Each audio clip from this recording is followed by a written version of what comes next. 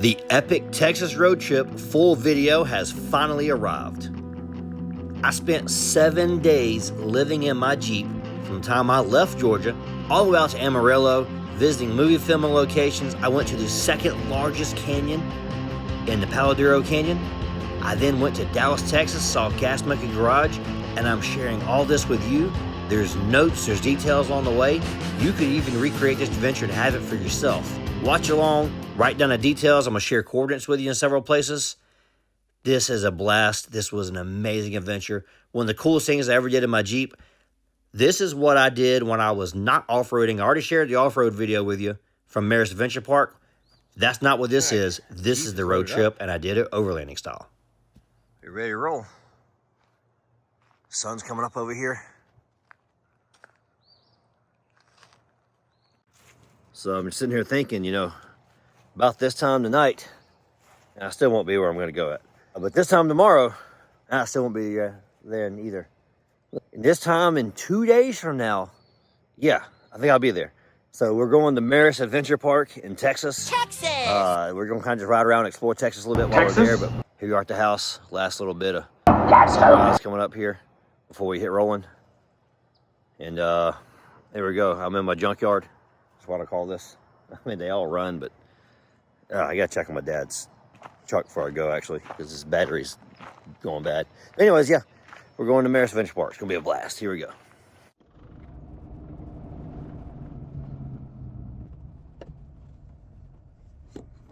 We are almost in LaGrange. That's where we're almost at. While looking intently at the concept, said, "Brethren, I have lived my life with a perfectly good Crossing Chattahoochee and listening to the Book of Acts at the same time. priest Ananias commanded those all, and you sit not aware, brethren, that he was like the other Pharisees. All right, Buc-ees, Auburn, Alabama. We're gonna stop in, get some gas, stretch our legs. We really didn't need about a quarter of a tank, maybe about a third of a tank, but I'm gonna get some breakfast, walk him, stretch his legs, stretch my legs, as I've been sitting in this Jeep for 2 hours already. All right, this is SEMA Highway. Oh, it's got red lights. US 80. It's good news taking back roads. Oh, they got F4. Check that out. Good thing when checking back roads, you get to see a lot of stuff. And you get whatever that little plane right there is. How about that? This is the Air National Guard, Montgomery, Alabama.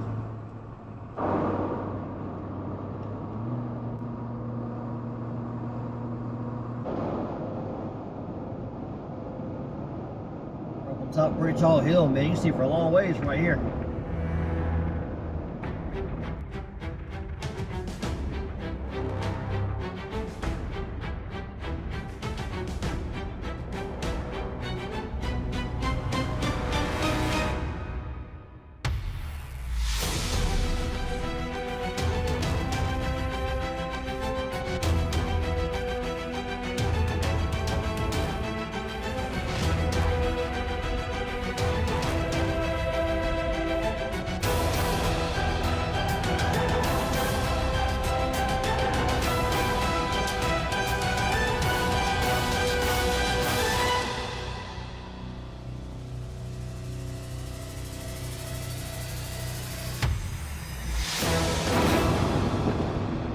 This is the Alabama River. We're in Selma, Alabama. Highway 80. Holy moly, that's a big river.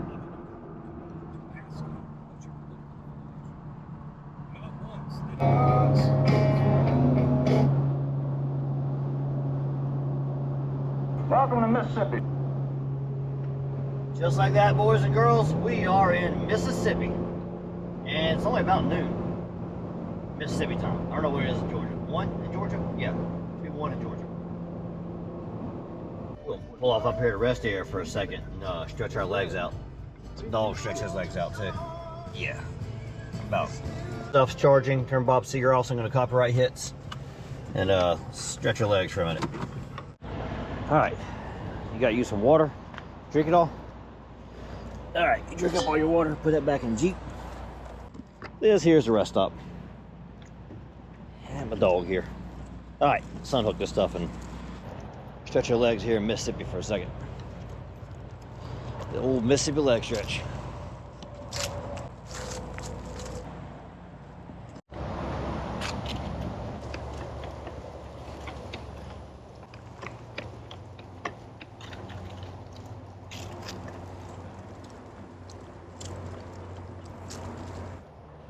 We're gonna stop Bass Pro Shops here in Mississippi. We're probably an hour, maybe a little bit longer away from Jackson.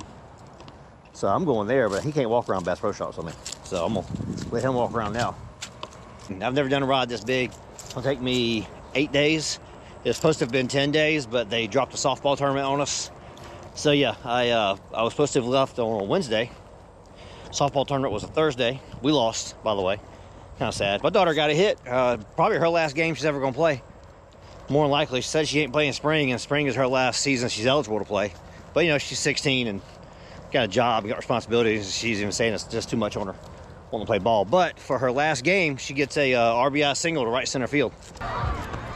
So she went 1 for 2. I think she got struck out her second at bat. So this season, she's missed a lot of games due to work and responsibilities. So I kind of feared it might be her last one, but looks like it was. So anyways, all that being said, I'm gonna be freed up to do a lot more Jeep rides, because that was been the big thing holding me back. Was I used too much of my time and my time off doing softball games. Editing film, filming games, that's a lot of work outside of even softball. Coaching a team, running practices, let's say editing game film. All right, we're in Newton, Mississippi. Just topped off some gas. All right, we're getting rolling, heading to Jackson.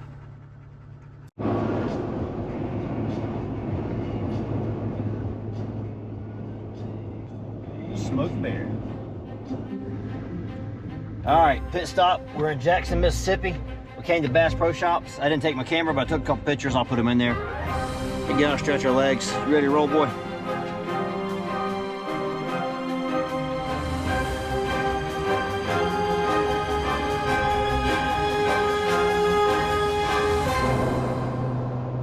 All right, so we're in Mississippi. We're getting close to Louisiana. This looks a lot like Savannah. A lot of these big, tall, live oak trees. The pines have dwindled out. It's the first time I can say that it looks different than Georgia. Because up to this point, it pretty much looked everything, it looked like it did back home. All the way through Alabama, all the way through the eastern half of Mississippi, it looked like home. That wasn't much difference. But yeah, pretty cool. We're in Vicksburg, Mississippi.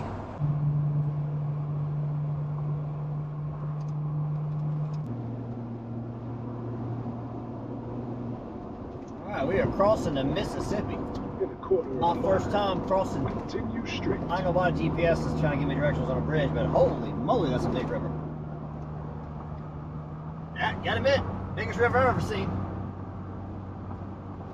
Never drove across this river before. There's the other side looking south. Oh, thank God it told me to go straight. I wouldn't know. I'd have went and turned left right here.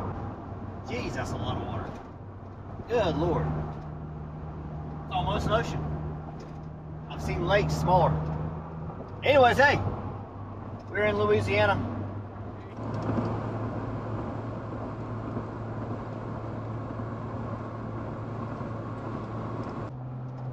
I didn't think to check the Onyx earlier, but I'm about 2 or 3 miles after crossing the Mississippi, and I think I said I was 82 feet above sea level. So yeah, we've come down a pretty good bit. This is Monroe, Louisiana. So a little bit of bad news I got is that where we're going will be a pretty bad line of thunderstorms coming through tonight. Originally, this was predicted to be clear all week long, but I say that actually. I was looking at our destination in Amarillo. I wasn't checking this far east. Actually, Amarillo is going to be clear all week long, but there'll be pretty bad storms coming through this afternoon. So I need to hurry up and get to a place I can park and get set up, because I think it's going to roll through the middle of the night, from what I understand. Anyways, we're in Monroe, Louisiana. Should be crossing over the whatever river this is. Is this the Wichita River? Alright, we are crossing the Wichita. Comes down from Arkansas. The National Forest there. Some good Jeep and good off-roading up there in that area. All right, he's finishing off his burrito. He got me some KFC. We eat outside because, good Lord, I've been sitting in the Jeep long enough. We're in West Monroe, Louisiana. Guys, we are bypassing Shreveport, Louisiana right now. We're a good hour from where we're going to camp at, and we're getting to enjoy a beautiful sunset from the highway. So, it means it's going to be dark by the time we get to our campsite in Texas at the lake. Where are we at here? Exit. Well, we're still in Louisiana at this point. All right, get back to driving. We're on I-220 bypassing Shreveport. All right, we're leaving I-220 and get on I-49. We're on I-49, which runs parallel to the border. So we're still in Louisiana. If we had got out and walked a lot, we would have been at our campsite about a half an hour ago.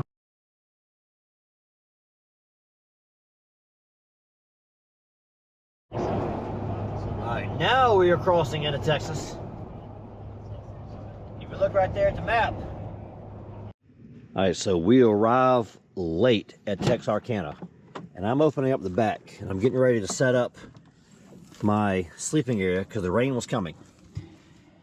I'm laying the seats down. I'm getting all stuff set up. I'm setting my air mattress up. And it takes me about 5 minutes. I get all the gear out. I pack all the gear up on the ground. Pack it all up around the Jeep, that way I can empty this out. And I gotta strategically load all the stuff under the Jeep so that it doesn't get rained on. And as I'm getting my mattress set up and I'm about finished, so I can start recording when I get done, look up here at this light right here. And it gets my attention that it's flickering. Like that. I'm like, why is the lights in here flickering? Guys. Now, why would the lights be flickering? Because the Jeep was full of mosquitoes. Look at all the mosquitoes that made it in here with me last night. All right, hey, listen, it's day 2. We're leaving Atlanta State Park. We got here late and we had to load up with mosquitoes, so I didn't take time to film because, as you can tell, that's how many mosquitoes got in here just from loading up this morning. Good God, mosquitoes are bad here. But hey, we're leaving, we're rolling, and I'll do more filming later. We had to go through this one quick. I'll tell you a backstory later. All right, guys, so at the end of day 1, we got to Atlanta State Park, started packing up, and like within a minute of having my windows open, I saw something moving around in the Jeep. The Jeep was full of mosquitoes. So I spent the night trying to clear them things out of there, load up fast as I could, ended up not filming anything because the mosquitoes were bad. And so yeah, you got no footage that night. But anyways, I also knew there was an imminent rainstorm coming in the morning. Well, it hit about 6 in the morning. So I got up, and while it was still just a light shower, I got up, packed everything up, loaded everything back in the Jeep. Jeep is full of mosquitoes again. I stayed up all night and swatted mosquitoes in my sleep. Didn't sleep very well, but I slept, so I'm good to go. But the good thing is, leaving this early in the morning, it should be daylight when we get to MERUS Park. That's one problem we ran into. It was dark when we got here. We did not accomplish our goal of getting here before dark. So I need to leave earlier in the morning next time I do this. I left at 8 this morning, or yesterday morning, Georgia time. And I should have left earlier. 6. Just, I hate getting up early in the morning on my off days because I had to get up before my work days. So my off days come around, it's just, you know, in my head, I'm like, I don't want to get up early. I'm off, I don't want to get up 4 in the morning. I need to just bite the bullet and do it. Because I'd have been here before. I was only missed daylight by about 45 minutes. So if I could have gotten here 2 hours earlier in the daylight and seen what I was doing. But anyways, hey, enough whining about that. We're rolling out of here for day 2. We're en route. And we're leaving Atlanta State Park. Actually, I can't tell you how the campground was. It was dark the whole time I was here. Right. So yeah, I don't know what the campground looked like. I can tell you this. My opinion of camping and campgrounds. I don't like campgrounds. That's crowded. There are people walking around all night, chase, growling at people because they come walking by a Jeep going to the bathroom. Because we did park the first spot from the bathroom. I never even used the bathroom. So, I wasn't here long enough. I can't tell you the bathrooms are like.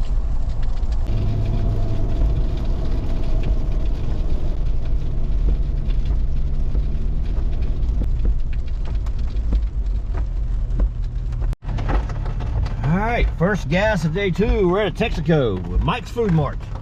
We are in, I think we're in Douglasville, Texas. So it's pretty ironic that we just left Atlanta, we went west and we hit Douglasville. And we're in Texas. Just like it is at home. All right, we got a long way to go and a short time to get there, but we are not going Texarkana. We've already passed Texarkana. We're headed towards Amarillo. Not quite Amarillo, go. Palo Duro Canyon. Flooding may occur in poor drainage and urban areas.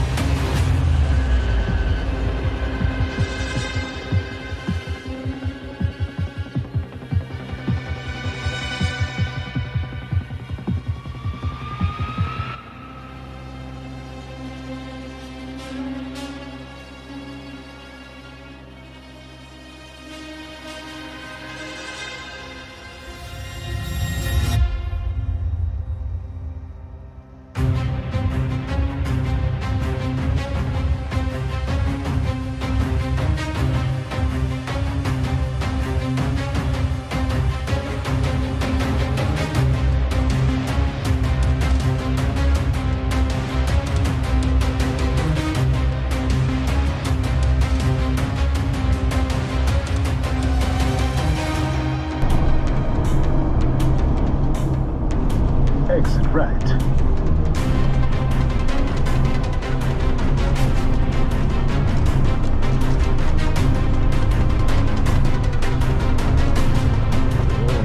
Downtown Green.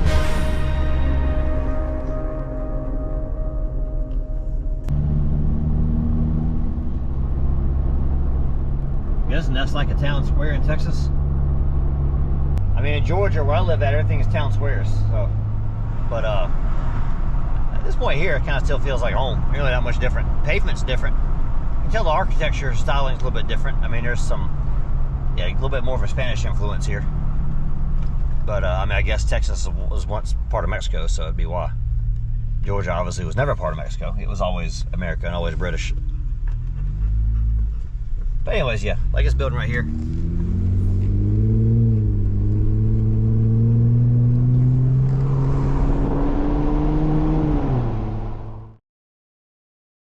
Tell you something else I've noticed about Texas, at least northeast Texas.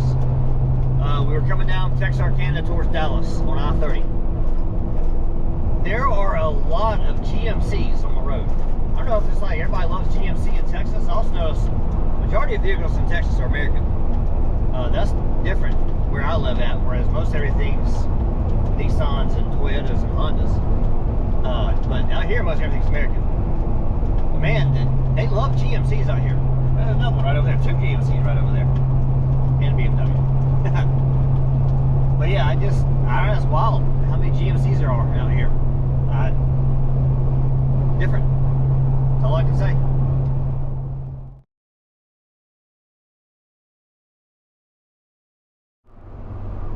I'm gonna say maybe a tornado went through here at some point. All the power lines are all bent this way to the left. Look at them, they're all bent here too. All the power lines are like leaning at a 30-degree angle to the left. Across some big old lake up here, north side of Dallas. Right side of McKinney. I don't know what this is. Princeton, Farmsville. Farmsville on one side, Princeton on the other side. That's what it is.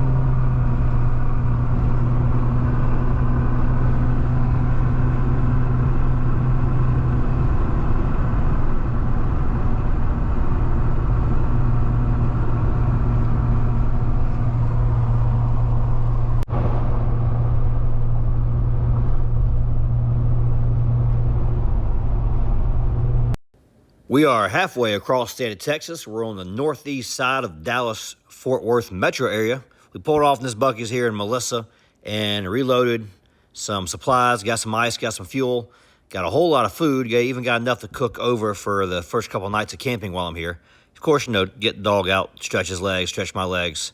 And we're back on the highway now, heading north, and then we're going to turn left when we hit the Highway 82 and take it all the way towards Amarillo.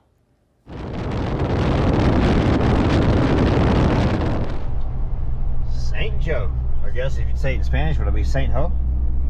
Yeah, I don't know. They got a tank.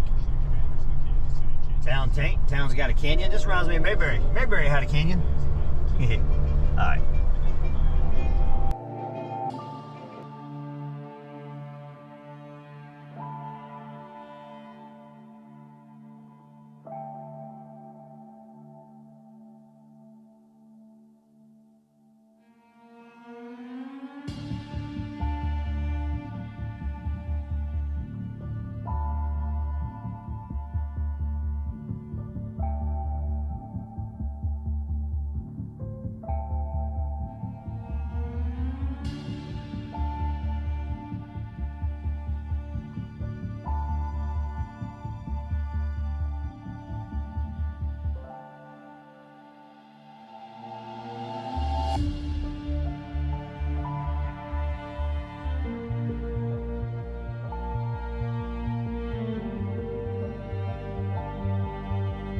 So, the thing I noticed about Texas up to this point, I've seen oil derricks, I've seen windmills. I haven't seen many windmills, but there's a whole lot of these little shrub trees. I don't know what they are, but these little shrub trees that are maybe 15, 20 feet tall tops. Up here, it's like you got grass and you got, you know, kind of like prairie almost. Here's something else they do different. Their interstates are different. The last little lingering bit of that cold. They have turnarounds that when you come off the interstate, like you can just loop around and go back the other way.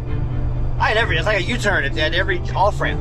I ain't never seen that before. The off-ramps have exits to stores. Like one of the Buc-ees, you enter Buc-ees from the off-ramp. Like I ain't never seen an off-ramp that has like shopping on the off-ramp. It's like we're on right now, which is technically it's U.S. highway, but it's made like the interstate.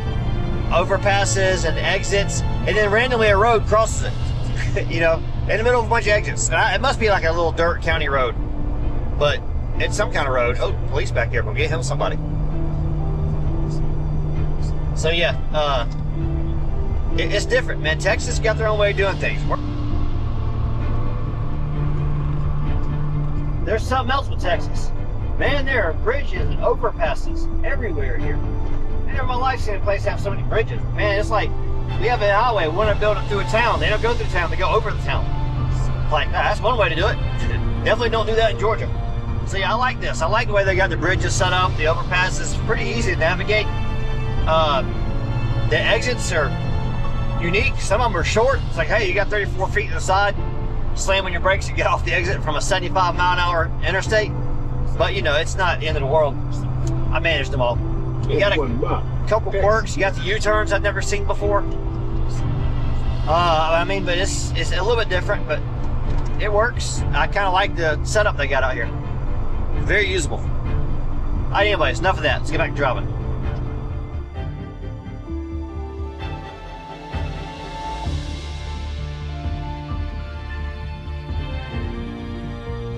At this point, we're in Wichita Falls. US 82 has come to an end, and we are now picking up US 287, heading towards Amarillo.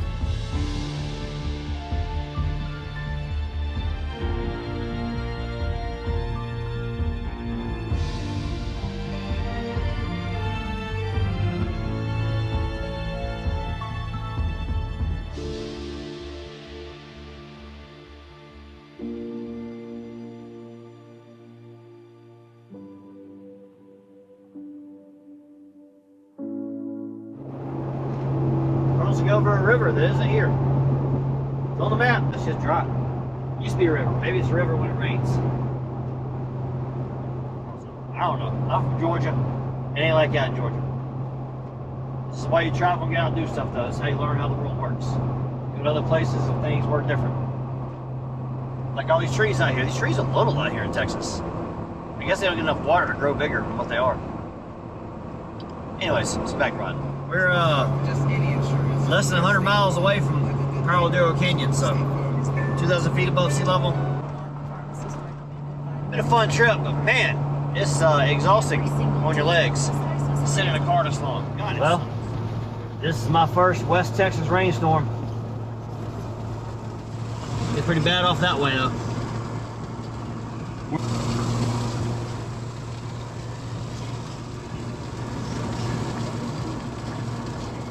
Well, the first little bit was just enough to clean the windshield off.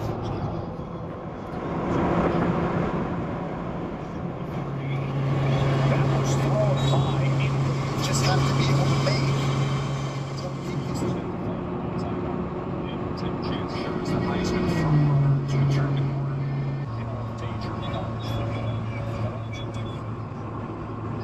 This is what I was expecting. It is prairie grass everywhere. We're 3,200 feet above sea level. Barely any trees, a couple of small shrubs, and it's just open, rolling hills. Very flat, but with little small hills, and it's just grass. Prairie grass. I expected to see this a lot earlier. I didn't think we'd get this far until we got to this point. So West Texas surprised me with how much more trees I had. We're on the northern part of West Texas. That could be, we rode Highway 82 and Highway 287 the whole way out here. And that was, I mean, at times I could see Oklahoma off to the right, I think. I can see a good 20, 40 miles to the right now. So there's a big river that runs alongside of us. But anyways, at one point that river was Red River. And the river might still be the Red River, to be honest with you. But anyway, this is what I expected when I said West Texas. A whole lot of that.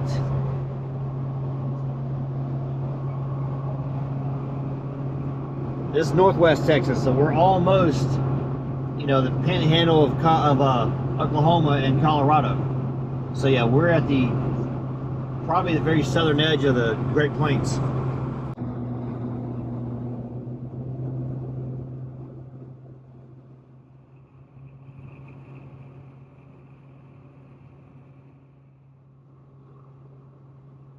This is Claude, and for the next couple of days, this will be what I call town.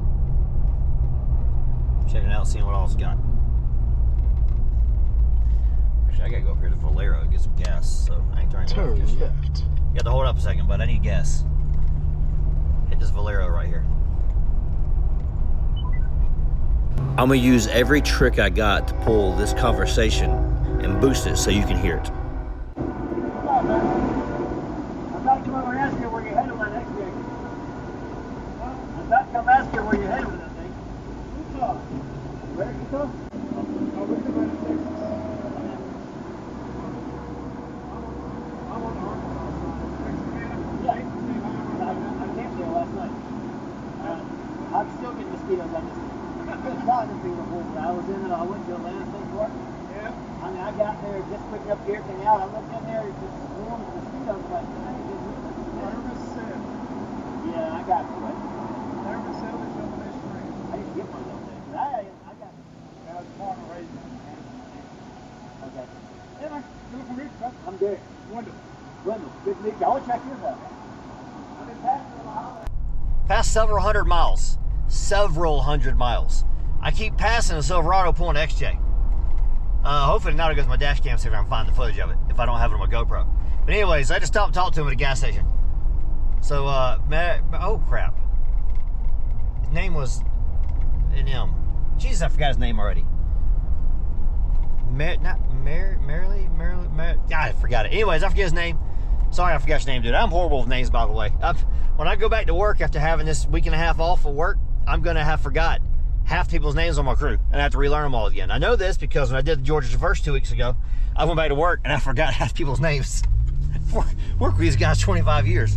If I don't see you for 2 weeks, I forget your name. But anyways, God, it was an M, too. And it's driving me nuts. It'll hit me later on. But anyways, I kept passing them over and over again. They got an XJ. They're going to Utah, going elk hunting in the La Salle Mountains. So, or maybe near the La Salle Mountains. So anyways, talked to him a few minutes about it and stuff like that, and it's cool. You know, I didn't mention anything about 1870 off-road to him. That seems kind of cringe.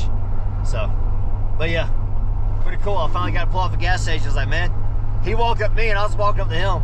Both of us saying the same thing. Like, man, we've been passing each other forever. Let's figure out what each other's Jeeps have. So the cool thing with his Jeep, well, not his Jeep, but talk to him. He's coming from Texarkana, which is hilarious because that's where I camped at last night. I'm also coming to Texarkana. That's barren. There's no trees out here. I mean, 2 hours ago, there were still trees everywhere. Now, a patch of trees growing right there. That's all you see out here. little patch of trees here or there, and it's just prairie and grass in between. This is cool, man. I'm happy just they've made. I ain't even hit the off-road park yet. I'm happy just getting to see this place with my own 2 eyes. Not this ain't a, you know, this is kind of stuff people fly over. I'm like, nah, this is stuff I want to see. Everything everybody flies to is what I don't want to see. And everything everybody flies over is stuff I do want to see. And they're growing cotton out here. I didn't know you grow cotton this high altitude. Where I'm at, cotton grows in the south part of Georgia because the soil has got a lot of sand in it, so it grows better. But up here, no, it grows up here, normal, high elevation. Granted, the dirt looks like it's got a lot of sand in it up here too, because it ain't the dark brown dirt like we had in Dallas. But anyways, there's nothing, and then here's a random house.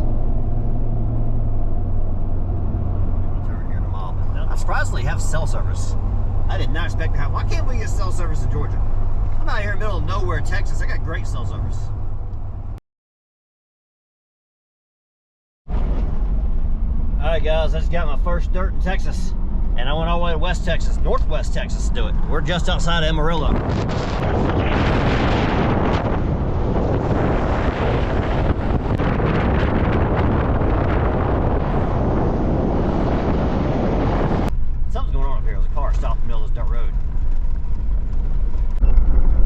Now, even though you've seen this in the MERUS Park video, that was a very short edit. I'm gonna give you a lot longer edit here. You get stuck? You gotta, yeah, see if you got some kind of tow hooks or something on there to pull you out. Yeah, that'd be much appreciated, man. Yeah, no problem. We'll figure out something. No problem.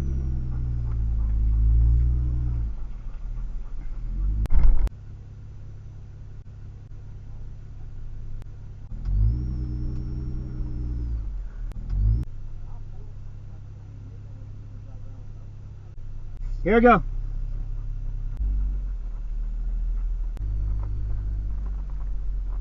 So while I'm unhooking from the Subaru, F-250 pulls up, and rather than waiting on me to finish unhooking, he decides to go around me in a ditch, and he got stuck, so I went ahead and pulled him out too, since I already had the recovery gear in my hands. Well, I've made my first recovery, and I hadn't even got to the park yet. Matter of fact, I backed it up, made my second recovery, and I haven't got to the park yet. I did not expect that to happen. That's different. I wasn't expecting those mud either. So. Megan, did you say it was actually? Well, here we are, put on the MERUS Park.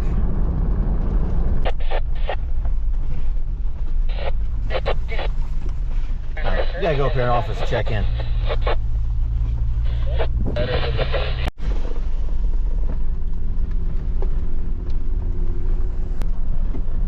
I'm getting mud all in here though.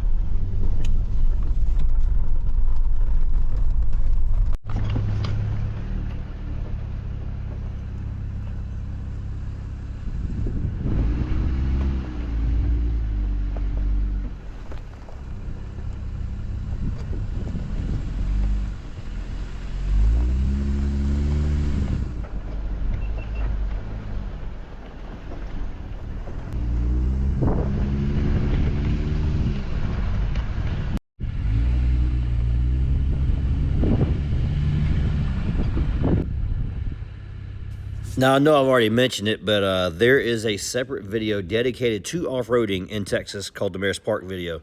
This is not going to be duplicate footage here. You might get a couple clips here or there. Maybe there's 5 or 10 seconds of overlapping footage, but this is an all-new video, all-new footage. Very little coverage from MERUS Park. But while I was here doing my off-roading, you'll notice sometimes I'm out riding in the MERUS video and it's middle of the day, and then all of a sudden it's evening. Well, in this video, you're going to see what I did during those 4 or 5 hour stretches when I left the park and went and explored Texas.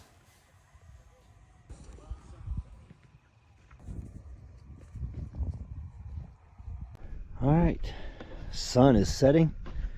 Got the canyon back here, Palo Duro. Man, it's beautiful. Turn the football game down. I'm watching LSU and A&M. I got signal up here, guys. I got my iPad going, streaming YouTube TV. It works better here than it does in my house. Tonight it's gonna be a beautiful trip, guys. Got rainbows on the horizon over there. This is awesome. This is so awesome. At campsites scattered all around. I kind of got this one here to myself, but there's like other spots. There's spots down there. There's campsites all around you, so you're not like in private, but you're not right on top of each other. So yeah, there's somebody camping there. There's somebody camping over there. You can see them. Anyways, there's a lot of people here. There's people coming up out of the canyon.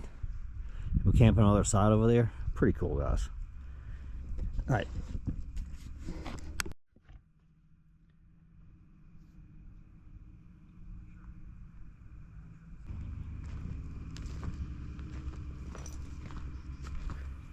Well, as day 2 is ending, this was an event called MERUS Unite. They had a lot of people here in the park. I didn't get to take part in it in my Jeep. I got here too late. But I sang around here and I got a lot of good video of this canyon and a lot of sunset footage. And I was out here and watched college football and just had a good, peaceful evening after driving 1,200 miles in 2 days. And that pretty much ends day 2 on a big Texas road trip.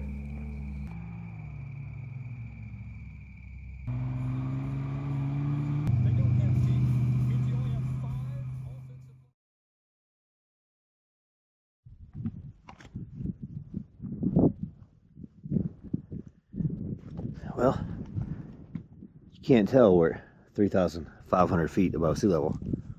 Well, I think we're inside a cloud. Yeah, this is day 3 on the road. All this wonderful view. Can't even see it. Thought I would need it, but as it turned out, I may not need all this stuff. And whatever I don't need, I gotta thin out because, man, there's no room in this Jeep.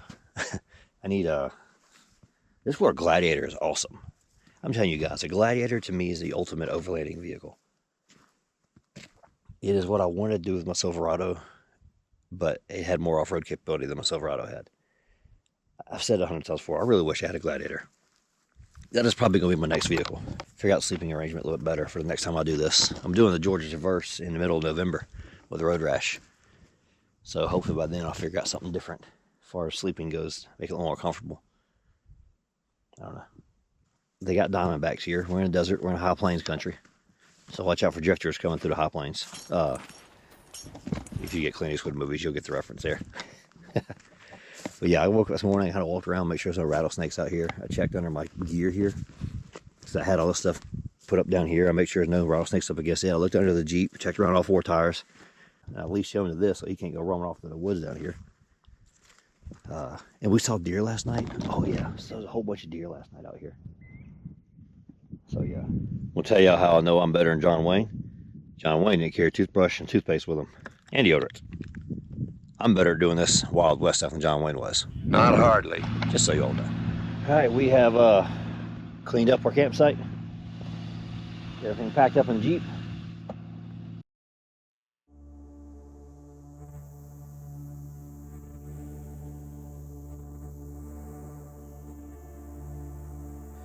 Now, as I mentioned before, I'm not going to show all the off-roading footage from MERUS Adventure Park. This is a 90-second clip of the highlights of the off-roading video. You can go check it out later date if you want to, but it really gives you a chance, if you didn't see that video, number one, to admire the beauty of this place. Again, you can come to MERUS Park and not do the off-roading. There are actually spots you can drive to that are easy trails. You can just camp up there, camp on the rim, hike some trails, so you don't have to go down in the canyon and do less off-roading. You can just come to the park, camp up there, and just enjoy the scenery. It's a great place to stay overnight and spend the weekend. Yeah, just come check it out. And if you've never seen it before, like I say, enjoy this footage. It's a beautiful place. Palo Duro Canyon, just outside of Amarillo, Texas.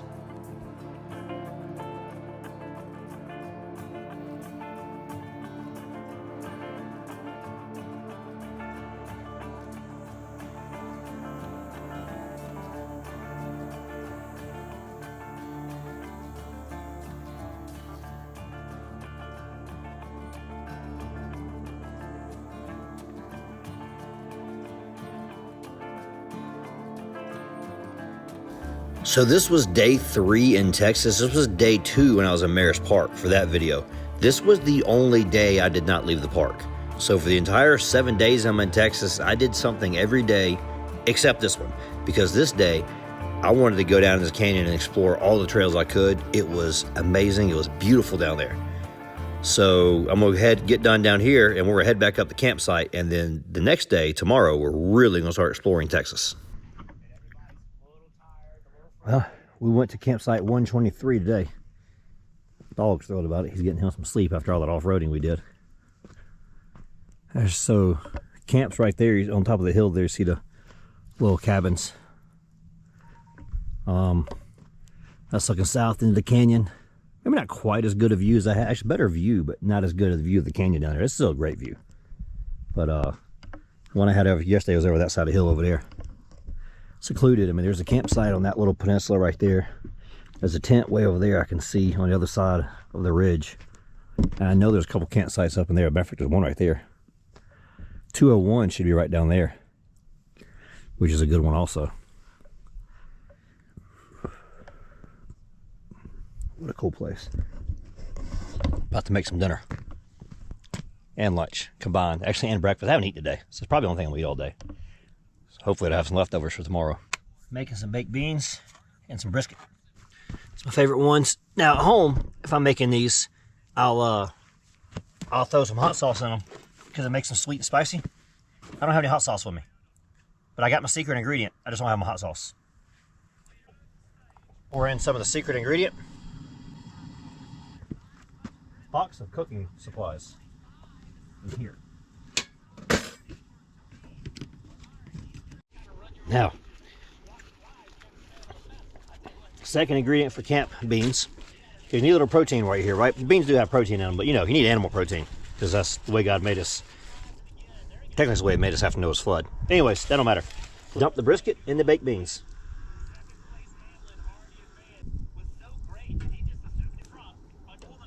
Stir your beans and brisket. What an awesome place, guys. I love this. All right, that's enough. Let's eat some dinner. Here. We're going to have communion. If you haven't had dinner yet, come on with me. If you're not a man of faith, you can skip this part. It's okay. If you've not had dinner yet, you may have communion with me. That the Lord, Jesus, on the same night in which He was betrayed, took bread. And when He had given thanks, He broke it and said, "Take and eat. This is my body, which is broken for you. Do this in remembrance of me." In the same manner, He also took the cup after supper, saying, "This cup is a new covenant in my blood. This do as often as you drink it in remembrance of me. For as often as you eat this bread and drink this cup, you proclaim the Lord's death till He comes." Enjoy your brisket and beans. Take some time to look at this as the clouds are clearing. I mean, my God, look at the depth of this.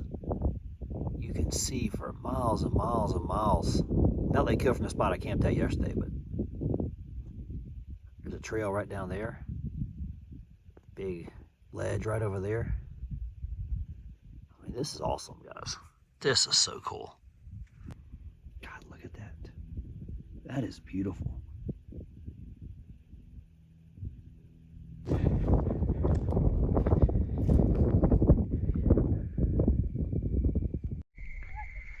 As you can see, nighttime on the horizon. You got the moon out. Got the lights glowing on the Jeep. Kind of help me see a little bit. You know the GoPro don't do this justice, so focus too much. Really focus on right over there. That's how the hill, man. There's some folks over there. They're having a blast. You can hear them laughing and giggling. They're having a good old time. So if you see some light, you can't see the light over there either. Dang it. So all you can see is a Jeep. You can see the light of the horizon there. Alright, so anyways, I'm going to try to take some pictures of this. See if I can see that comet. That's the big thing I want to see from up here. You can't see it from the house. There's too many trees.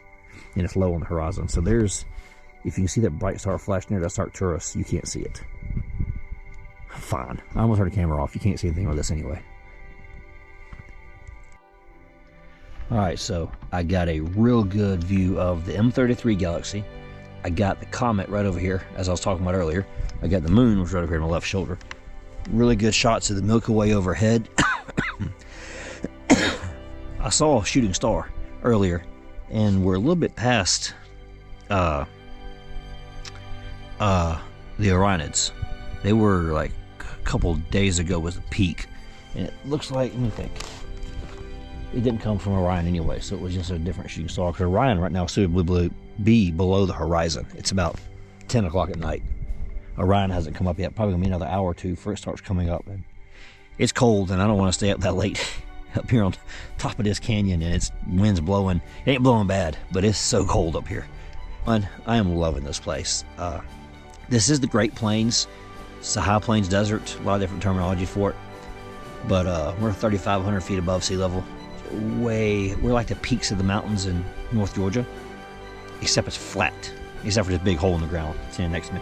That's like 1,000 foot down.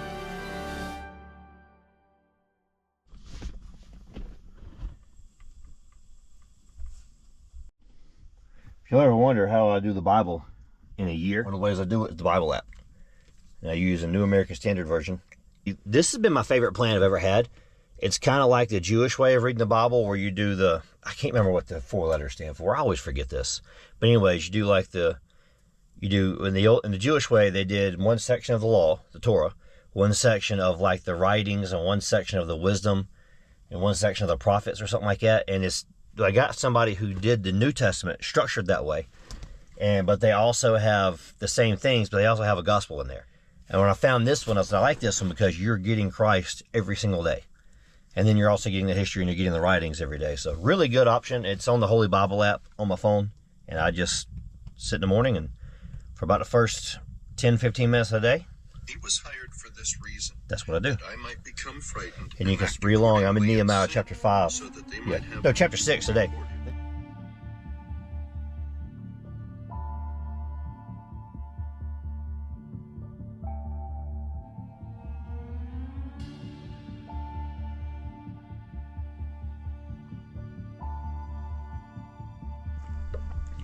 Beautiful down there.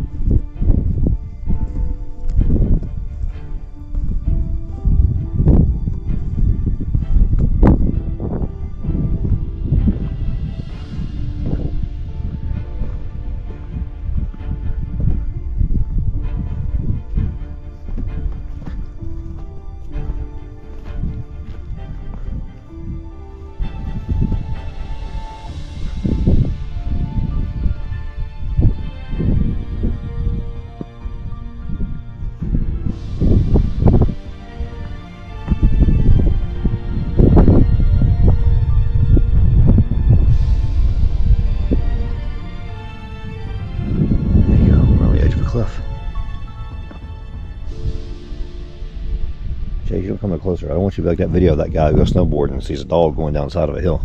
And he goes, wait a minute, that's my dog. Come on, Chase. Let's go back up here. Oh. Deer been up here. Well, you know. That's what he was smelling. Come on, Chase. We have seen a lot of deer, by the way. Just look at them right there. Yeah. So far on this desert trip, it has been raining and humid every single day that I've been here. And it has not been very windy. And so the thing with this place, it's supposed to be very dry and very windy. Well, I haven't experienced either one. However, that being said, I think the wind is going to kick in tonight. So it's supposed to have dried out. It was supposed to have been dry the whole time I was here. But, you know, weather happens. Things go different. But the wind is coming from the south. That way, which is probably why it's warm as it is. It's been, man, I tell you, temperature-wise, it's been great. It's been, you know, 40s, mid-40s to 50 at night. And it's been high 60s during the day. To the point I've actually, you know, in the evening, you get down to a t-shirt. You know, once you get past noon and you get later in the day, it's t-shirt weather. Take the hoodie off and enjoy the warmth. A little chilly for a t-shirt, but it's t-shirt weather. Even if I don't get to experience a good clear day and a good dry day, man, this has been the most epic thing I've ever done in my life. Is getting calm all the way out here. Being born and raised in the southeast, I've never even seen nothing like this before. This is awesome. I'm gonna get out. This is day 4. The adventure, I'm really losing track of what day it is. I need to write this down. I hope that's right. If not, I'll put a little thumbnail. I'll put like words on here to clarify myself if I'm wrong. But yeah, this is several days into the adventure. I don't know how many days it's been. It's been a lot, I know that. And we're this is the halfway point, so it should be day 4 of the full adventure. Making my way out of campsite.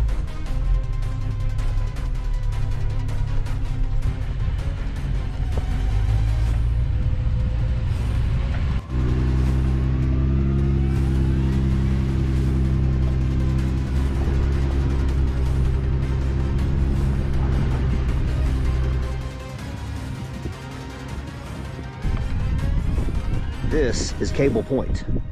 I guess because they got cables tied up around here to keep cattle from jumping off the edge.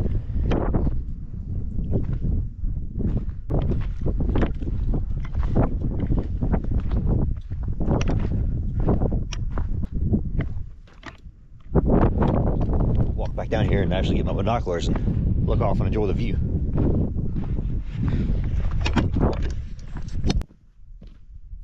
Now, I went to these overlooks using the off-road trail VR4 North because I was doing the MERUS Park video. You can come here without doing the off-roading part. There's a green trail you can follow that will get you to this and Hetz Bluff, so you can enjoy the overlooks, even if you're in something like the Subaru we rescued in the very beginning of the video. You don't have to have 4x4 to get here, but if you do, you can take the 4x4 trail to get here, which is pretty fun. I mean, when you see the views, my Lord, look at those views. This place is beautiful.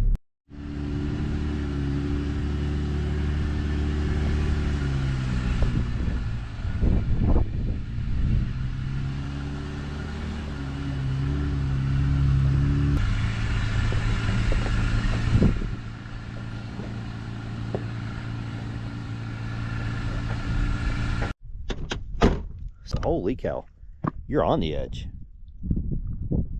Oh, wow.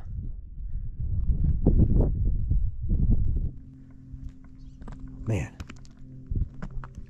there are no words to describe just how beautiful this is. Chase, we're going for a hike. Let's go.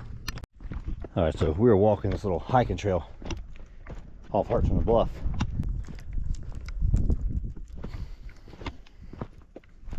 All right, that's his tree now. He marked it.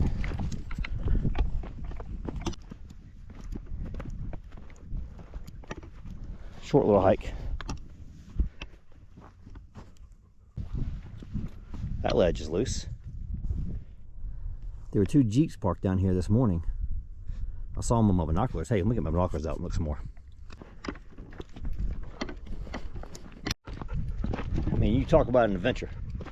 I've been off-roading, I've been camping, I've been overlanding, hiking. Not really.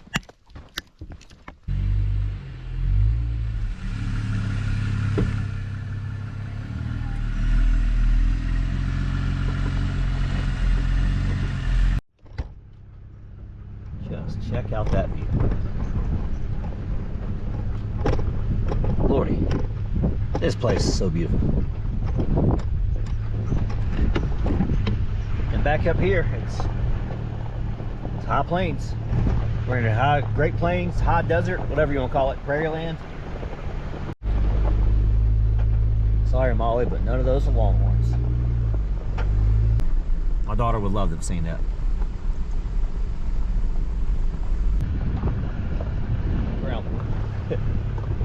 Wonder how they say it happened. That's an interesting cattle gate. Check this out.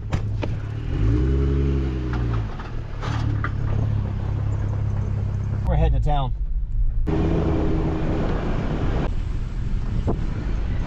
Together.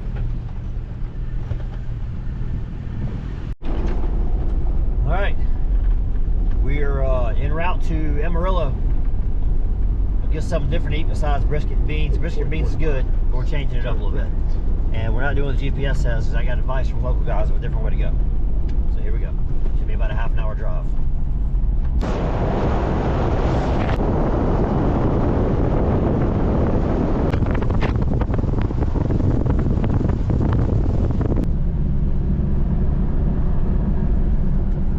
Alright, so for day 4 of the big Texas road trip, we are heading into Amarillo. I'm gonna try a burger place up here called Land Shark Burgers. It's recommended by guys at MERUS Park. Something different to eat besides brisket and beans, which I like brisket and beans. I'll probably have that again tomorrow, but today we're having something different. Switch it up a little bit.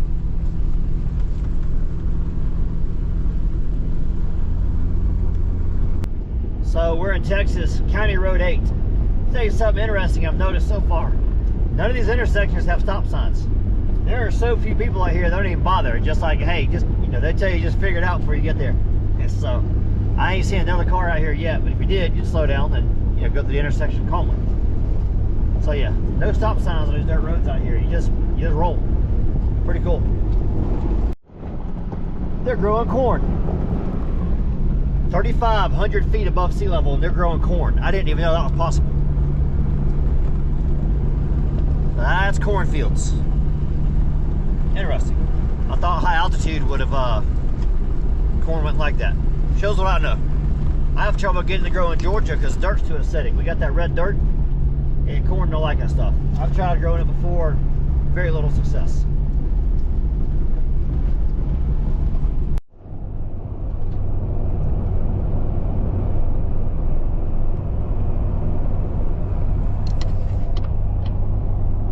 It's flat, that is for sure.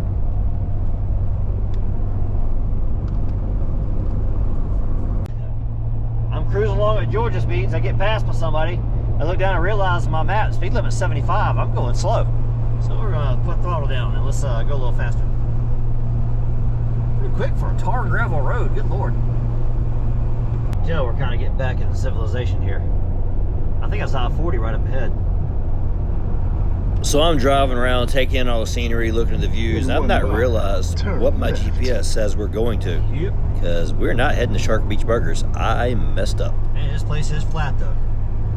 So I was Googling how far away gas stations were to get some ice and refuel, and I never took Buc-ees out of my GPS, so we went to the wrong place. But we needed to get gas anyway. All right, we are in Amarillo. Didn't intend on going to Buc-ees. I punched at my GPS earlier trying to figure out how far away it was, and I followed my GPS, and it took me to Buc-ees. I guess I didn't change my location to that burger place. So I guess we're going to Buc-ees, fill up on gas, and get some ice. I didn't mean to come all the way up here. But I'm here now, so now I'm going to come up here and see it. And then while I'm here, I'll check it out. Then I'm going to head to the burger place. I guess I took the scenic route. Alright, now we're taking this little loop that goes around Amarillo. We got some ice, some Dr. Pepper, and some gas from Buc-ees. And we're about 5 minutes away from, or it says we're 8 minutes away from the Land Shark Burgers. That's what it's all about. Recommended by the folks at MERUS. Alright. This was the Shark Beach place. This guy's got 10 acres and he made it to like a themed restaurant. Probably does a lot of other stuff there too. I didn't talk to him but a second. He's got like a little indoor part with an aquarium in it. Yeah, in the middle of nowhere, he put a beach. I mean, hey, that probably works. Never thought about that before. Folks around here probably never even seen a beach before. I gotta imagine they're at least 1,000 miles from a beach, from Amarillo. Gotta be. Hey, anyway, this place is awesome. Great burger. I got the spicy barbecue bacon burger and some onion rings. Something different. I'm heading back now. Since I only took a couple of pictures, I didn't get any video. I got a screenshot of the Facebook page so you can see what this place is. And if you ever go past through Amarillo, I say in a lot of my rides, try to find a local place to eat at and support local economies, not big chain economies. So that's what I did. Found a restaurant that's local, supported them, and the food was pretty good. And here's a couple pictures I took of the Jeep parked outside the restaurant. All right, we're heading to 300 area. East Royse, getting a campsite 361. I come over here and scoped them out earlier. But rode in town, got a burger to eat for, honestly, for the whole day. And now we're gonna go up here to the campsite and chill out the rest of the day. 4:30. So you got probably an hour and a half of daylight left. And we'll go make camp and sit down and have a good evening. Catch a cool sunset, hopefully. Fingers crossed. So for this entire adventure, I never camped in the same place twice. And only a couple times did I even drive down the same roads twice. So even though it was a trip from my house in Georgia to Texas and all the way back to Georgia, we're going to go different routes. Every time we go somewhere, we're going to stay at a different campsite every night. Even when we go back to Texarkana, we're not going to stay in the same spot. That way you get the full taste of just variety. Every night is different than every other night. It's that white truck right there going across the center of the screen. He just disappeared right there behind the mountain. So there he is, popped back up again. That white truck, that is Highway 207. So now, you look at a map, you see from the east rim how far away the Highway 207 is from where I'm at. But I'm on the east rim. Got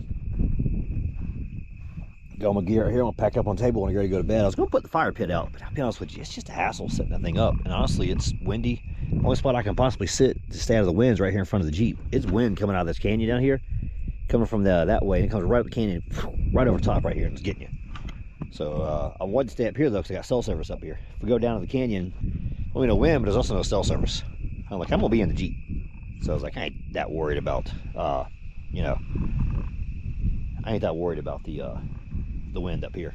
I ain't in a tent. If I was in a tent, this would suck. I'd go down the canyon, but it ain't bad. And I'm gonna tell you guys right now, there ain't nobody here. I ain't seen another person out here today. I love this. I mean, this is awesome. I can't believe I've never come here before. Now that I know they got all the stuff here, I mean, guys, a shower. Look how clean the hair is. But I took a shower today.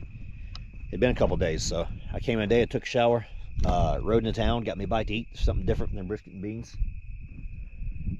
I mean, this place is awesome. They got everything.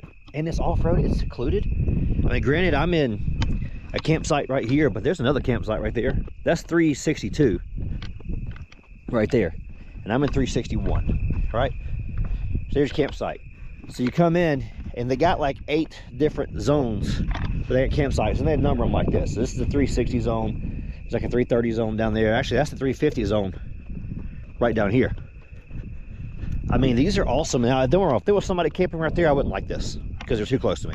I don't want neighbors. But if you and your buddy want to come up here and camp, you know, you take 361, he take 362. Y'all got an awesome spot. So I drove over here and explored every campsite and said, this one's my favorite. If not this one, it was going to be 311. Won't be 311, it'll be 322 or 352. Yeah, this is so cool. This is just so cool, guys. No, there's some kind of taco place I want to try. Taco Casa or something like that. I've never seen it before. Since I got in Texas, I've seen them everywhere. So I think I'm going to stop and try the taco. I say it in Louisiana, and I've seen it here in Texas. I might stop one day on the way home and try that for lunch or something. I didn't drive all this way to be slowed down by stopping to eat all the time. Which is why if you see my campsite here, no big elaborate cooking system. Guys, I ain't out here to spend all day cooking and cleaning up dishes after getting done cooking. I just want to eat. Grab something to eat, and I want to keep riding. So I generally am packing simple food. I think, you know, even on an 8-day trip like this, it's not a true 8-day overlanding trip because I've been able to stop in towns and get food. I just resupplied my ice today. So the cooler's got fresh ice in it. Dumped the water out, refilled it with ice.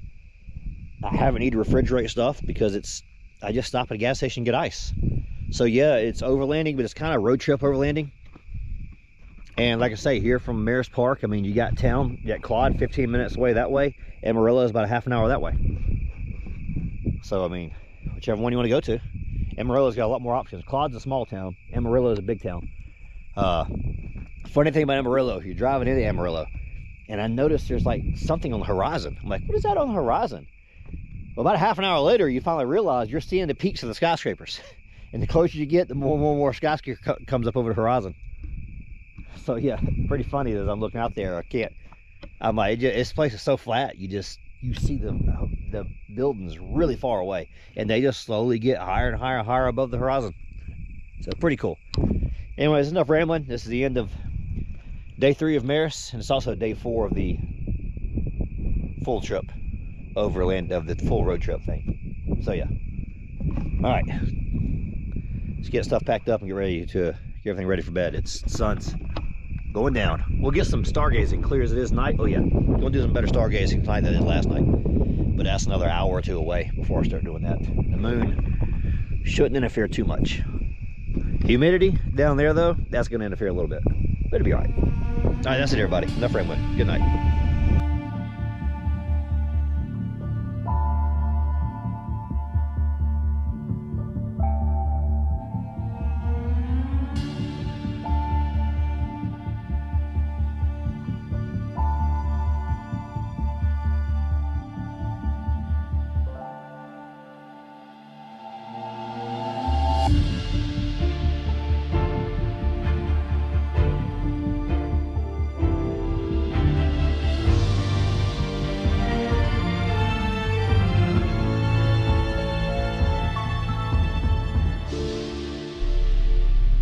0500, day 5 of the adventure. It's windy outside. Little bit of rain just came through, and I mean, it's windy so bad it's rocking a Jeep. I'm gonna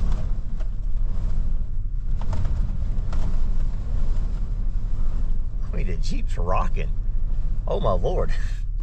This stuff ain't no joke, man. That's wild. Anyway, I'm worried about my stuff out there more than I am where I don't really care about the wind part. I need to go ratchet strap my stuff down. Good idea.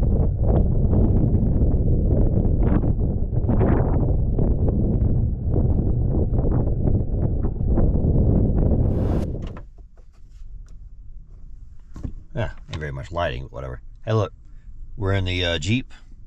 It is 0700. Check out the wind.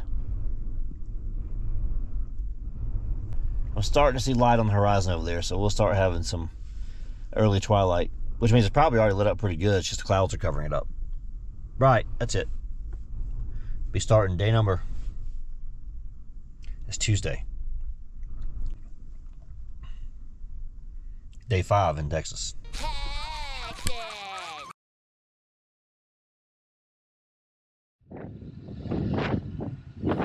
With this being my final day in the Palo Duro Canyon, I'm going to add another 90-second highlight reel of the canyon. So this is me going down the drop-in at MERUS 101, riding down to the Jeep Badge of Honor Trail, Huckleberry, and then coming back up this same MERUS 101 here, the drop-in.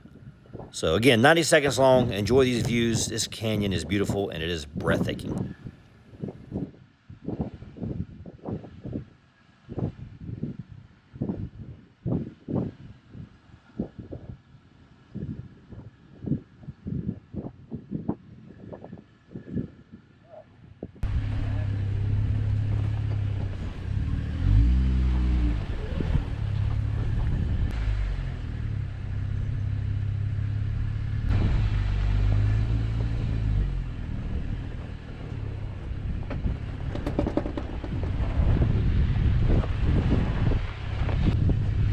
So this is Huckleberry Jeep Badge of Honor Trail. I know cameras don't ever do it justice. The Jeep is really flexed out going over this obstacles here.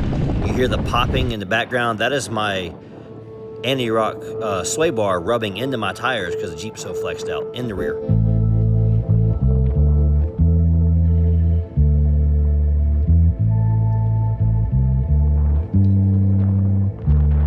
All right, the wind noise is horrible on the camera. I had to turn the volume down a ton. So doing the Jeep Badge of Honor ride, I cut my right front tire, I hit my rear step bar, or my passenger side step bar. It did a little damage to the Jeep, nothing bad. But that was the end of the off-roading adventure because it was the last day anyways. That's why I saved the hardest trail for last.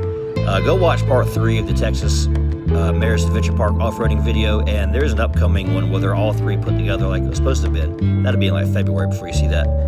But in the meantime, I'm swapping out my tire, and we're gonna head to one of my highlights of this trip. Northeast side of Amarillo, Texas. Day 5 of the Texas trip. Heading back into town. We're going through Quad, going someplace special. Check this one out. Anyway, we'll show it to you. This is the big old town of Claw, Texas, and the way we're going is about to get blocked by a train. How about that? Let's go sit in the line away.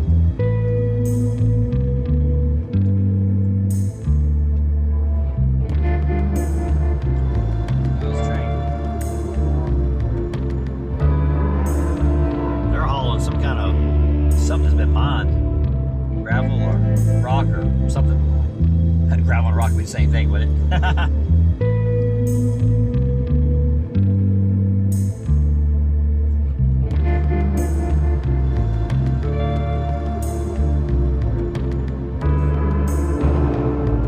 So we're out riding back county farm road to Panhandle of Texas. About an hour trip from the canyon to get to where we're going. It's a whole lot of nothing all the way out here.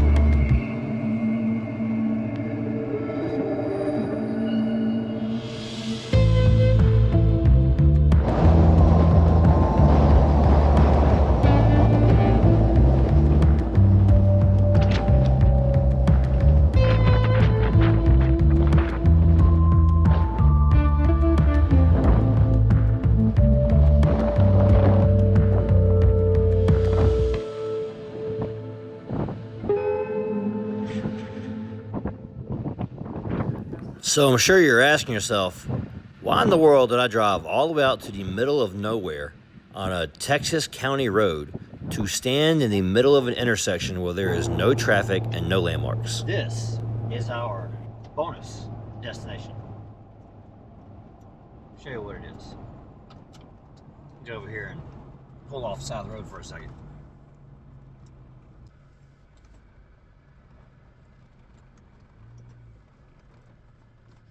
Back up right here.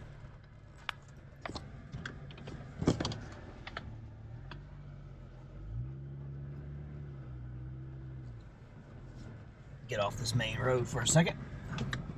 Let me show you where we're at.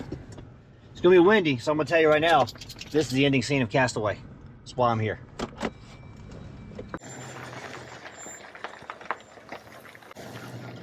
You look lost. So this is the same intersection, and I have parked my Jeep in the exact same spot as Tom Hanks did in the end of Castaway.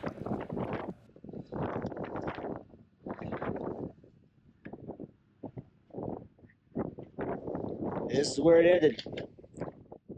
Rest of Texas down that way. Back to Oklahoma that way. If you turn right, I-40 that'll to take you to Amarillo, Flagstaff, California that way. California. A whole lot of nothing all the way to Canada that way. A whole lot of nothing all the way to Canada.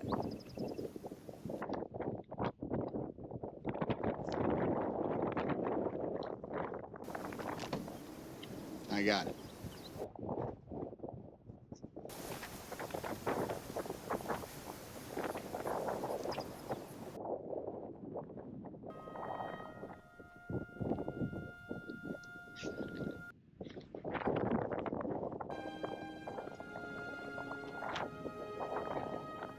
I have said for my entire life, if I ever get the opportunity to come to Amarillo, I'm coming to this spot because it's only about an hour outside Amarillo. Well, Palo Duro Canyon brought me to Amarillo. I cut my right front tire this morning on that trail, so I couldn't really ride no more. I don't have a spare, so I found the time. Here I am. Now that house is that way. Last thing I could understand was I said that house is that way. I have no idea what I'm saying at this point. The wind is horrible in Amarillo. 45 seconds. Just in case you couldn't hear any of that, it is very windy out there, by the way. This is this intersection at the end of Castaway, and he decides to go back up this way to go find that, I guess chase the girl. That's what I would have went after, because I don't remember who she was, but I'd have chased her. So, anyways, though, this was the intersection. I will provide the coordinates if I can figure out how to do that, and I'll put them on the thing. But we're at Texas Farm Road 1268. I think that was County Road 5 that way. But yeah, this is off Texas Farm Road 1268 and Texas Farm Road 48, where they come together. So yeah, we're in Hemp Hill County, I think near Miami, Texas. About an hour hour northeast of Amarillo. And we are headed home. I did not put my GoPro back in my thing up here. This spot up here I can pull off and do that. Anyway, just in case you couldn't hear all that, that was cool. I cut my tire down today. It still got air, but I took a chunk out of the sidewall and I was kind of scared to drive on it. So I decided that that little bit of huckleberry was the end of the adventure for Palo Duro Canyon, at least as far as off-roading. I'm going to camp there one more night, but I'm done with the off-roading, anything hard. Anything above a 3, I'm not doing anymore. So, yeah, I'm done with the hard, challenging stuff. And I said, well, now that I got spare time, I'm going to ride up here and check this place out. So there we go. I rode up here. I'm checking it out. That's it, guys. This is the main part of the epic Texas. It's a 7-8 day adventures. I don't remember how many days it ends up being, but it ends up being a lot of days. It should end up being 7 by the time I get done. I built in an option to add an 8th day, but the off-road park I wanted to go to on the northwest side of Dallas was closed. No, this is a big Texas road trip overlanding style. Doing a little bit of road trip and doing a little bit of overlanding. I'm also doing some off-roading. Also wanted to come see this place. So cool. Alright, see you guys later. 1870 off-road. This is awesome. That is so sketchy, even the dog is panting back here behind me. Sure, I'm in reverse. One tap in the wrong direction and I'm going over that cliff. That would not be good. It'd be the end of 1870 off-road.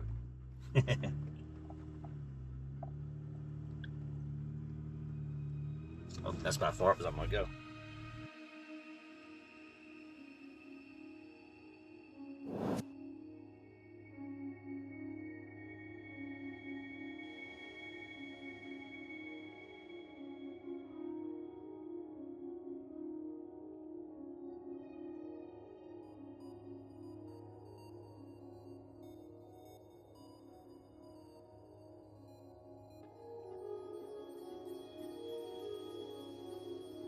Check this out.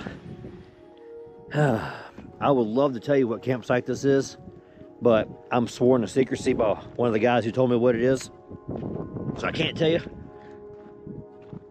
A minute ago I was sitting here, I heard coyotes down there hooting and hollering out of the in the canyon down there. I couldn't tell where, I couldn't see them, but I had my binoculars here at the time because I was gonna sit here tonight, look at stars and enjoy binoculars, but yeah.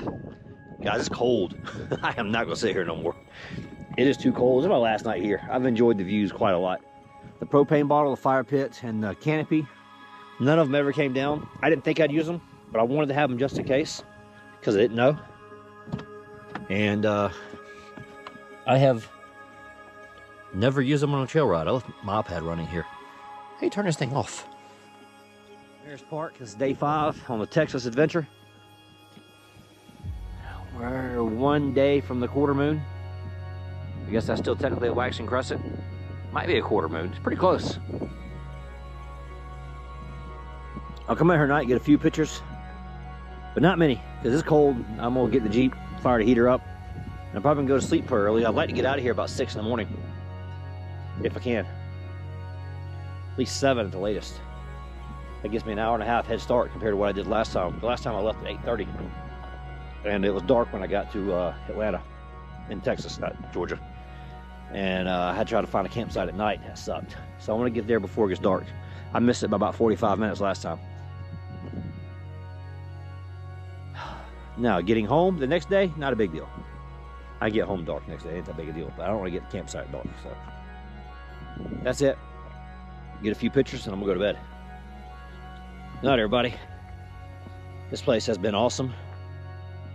God, I've loved this trip. This has been an amazing trip. Best trip I think I've ever done. That's it, everybody. Good night.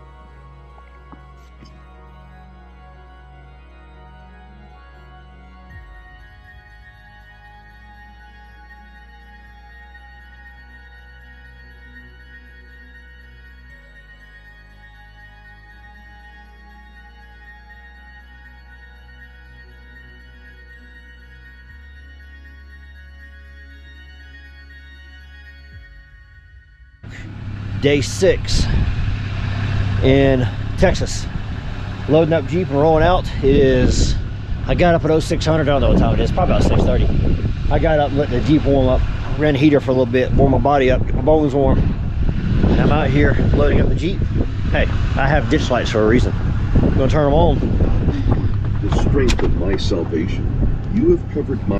This is day 6 of the full adventure in Texas. Big Texas overlanding road trip. Today's the day we start the slow crawl back to Georgia. It's gonna take 2 days to get there. We'll get out of here. It's freaking cold. It's like 35 degrees. All right, goodbye, everybody. This is the beginning of day 6 of the big Texas overlanding road trip.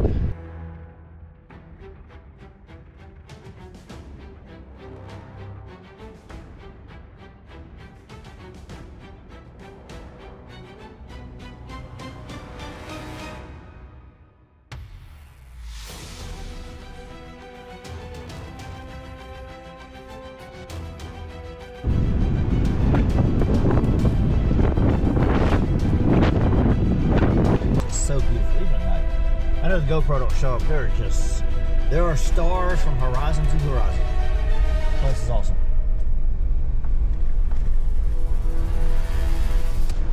I love it.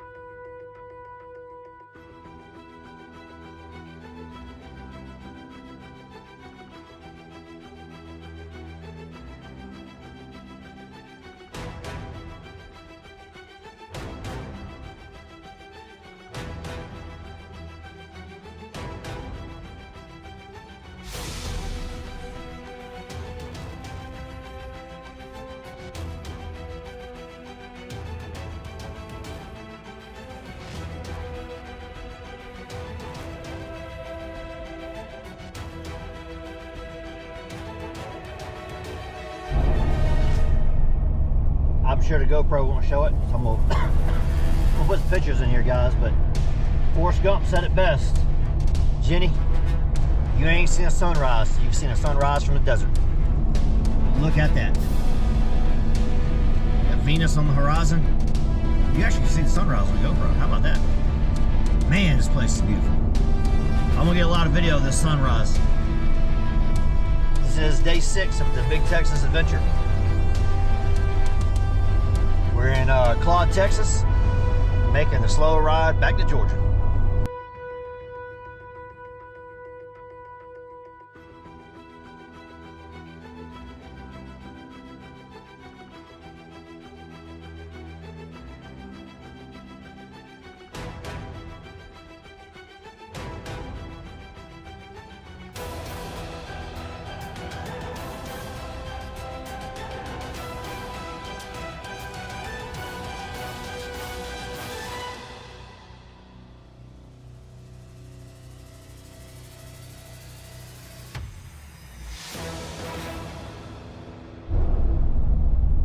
Claude, Texas. We're on 287 heading east. We are eastbound and down. Every time I see these things, I think to myself, you know, they complain about how windy it is out here in the desert. Well, let's come turn all these fans off. Oh Lord, the joys of being a dad. The return trip will be a different route. We're going to take 287 towards Fort Worth into Denton, then Dallas. And you are driving right into the sun in a few places. I can't find a spot to put my visors where it blocks the light. Now, how you guys in Texas do this if you're driving east in the sunrise? Holy moly, this is rough. In Georgia, we got trees that blocks all this. Watch what's about to happen. And good thing is the road's not going directly into the sun, I can see. Earlier back here, I was driving directly into the sunlight. Lord, it was hard to see. In Georgia, people turn their flashes on when it's raining because you can't tell it's raining. In Texas, I guess they turn their flashes on when the sun's coming up. I mean, it was a sunrise? I don't know. The Jeep back here is driving his flashes on. I guess the sun must be coming up. That's what they do in Texas. Guys, we have made it to Memphis, Texas. Stop over here and get some gas.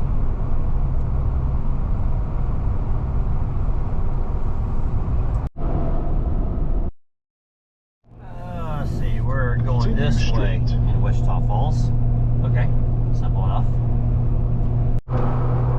So we're on the outskirts of Decatur, Texas.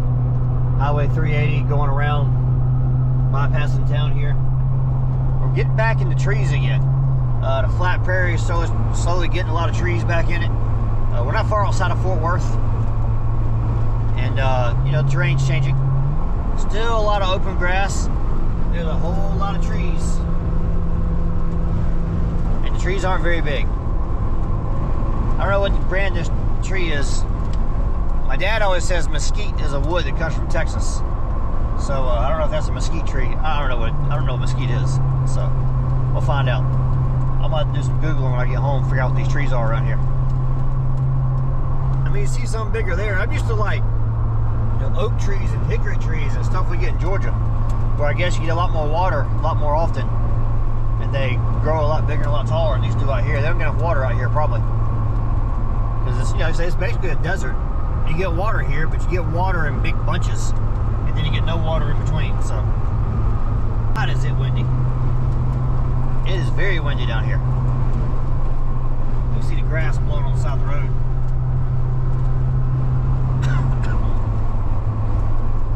Imagine, I mean, this place probably still looks, in between the towns, it looks untamed. Pretty wild. Texas is amazing, so many people live here. It's a massive state. And so much of it is vast and empty.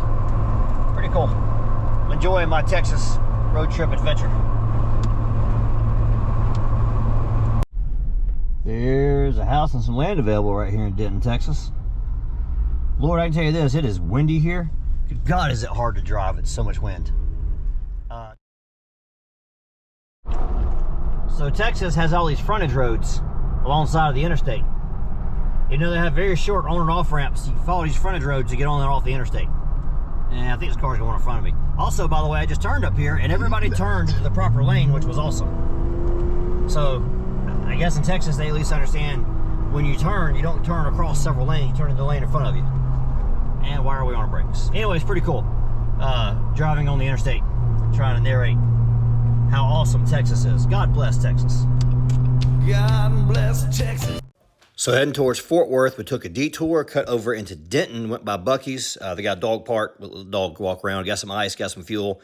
Then we headed into Dallas because there was one place I've really wanted to see and I had time. So here we go, Dallas, Texas. All right, got to make a quick stop at Gas Monkey Garage when you're in Dallas, Texas. Never been here before, and I have now. Can't go inside the store because you're doing a SEMA build right now. So you can't inside the shop, I mean.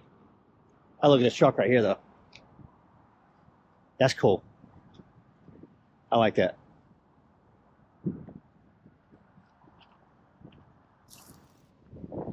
Yeah, that's Monkey swag, man.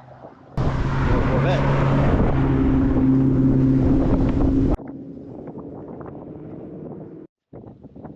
Inside the store. I highly recommend you pause the screen here and look at this mural. There's a whole bunch of old elements from the TV show on there. And by the way, I did get permission to walk around the store and look around and take some video. And this is the original car they got started with right here, and the bike's over here on display. Also, they got music playing in the background, so I got the audio trying to mute it out best I can to block the music so I don't get a copyright hit on this video. So if you notice the voices sound a little weird and choppy, that would be why. I said this one actually drives still. They still drive it. And the trailers and storage, I guess across the street, wherever they do storage at. And that's the bike that goes with it.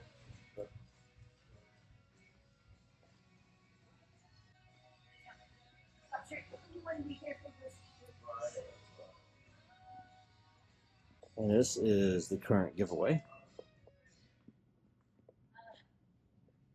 And that's why we can't go in the garage. We're doing a SEMA build right now. Looks like a GM A-body. Is that a Chevelle? Or is that a Monte Carlo? I can't tell them apart. Yeah, whatever that is. What's over here? I gotta show his chair. We got a chair. All Craftsman wrenches.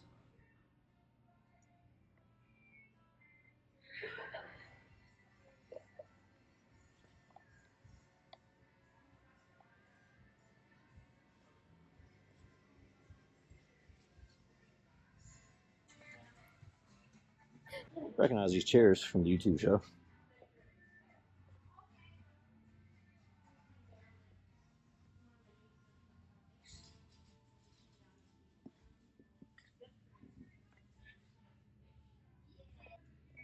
I got old episodes playing right there. Shop towels. That's pretty cool.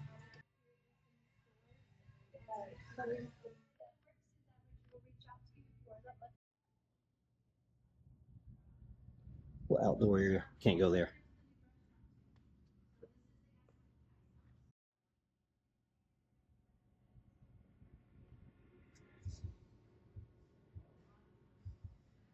Oh, there we go. 16, 2009. Little does he know that's what we're doing tomorrow.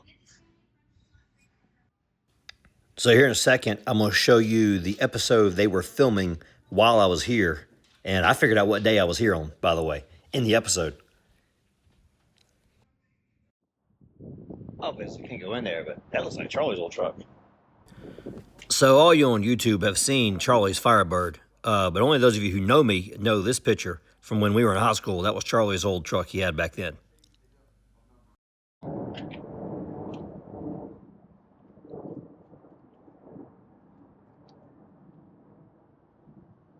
I had to find a picture of his truck so I can show that one, how similar it is.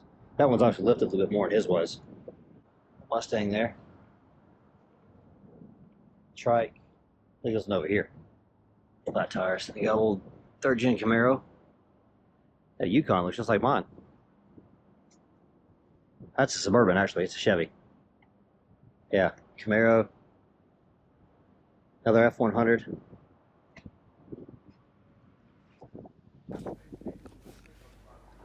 All right, there is still more Gas Monkey Garage clips, but I'm about to insert a clip that I filmed while I'm editing because I figured out on the TV show what day I was here. So check it out. Show those, because that's what we're doing tomorrow.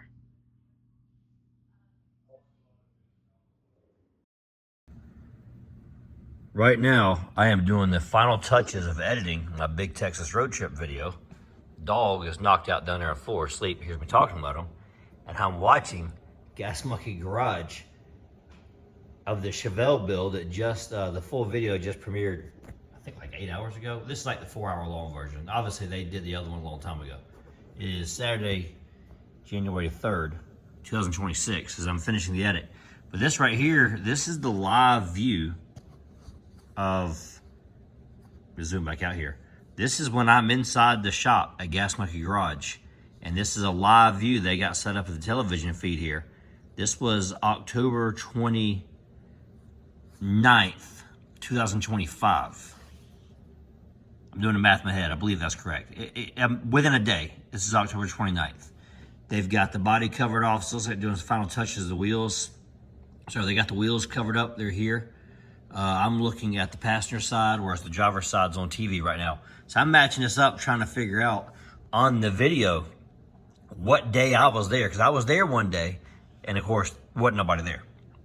When I was there, they were all at lunch, and they had said I could have came in and done the tour if I'd come the day earlier, but because they were working on this car that day, I wasn't able to come in there and see the shop, because it was a super secret build, and they couldn't let nobody see it. Otherwise, they'd have let me come in and see the shop. So, hey, pretty cool. I'm gonna get back to editing video. Clearly, they're already done with their edit, but they have a guy who's professional and does video editing, whereas me, I'm on my iPad in my living room, have a full-time job, and did a whole bunch of other rides at the same time. So anyways, I gotta get back over here to my edit. I'm still at the Castaway scene at the moment, whenever you get a chance to see that. All right, anyways, that's where I'm at.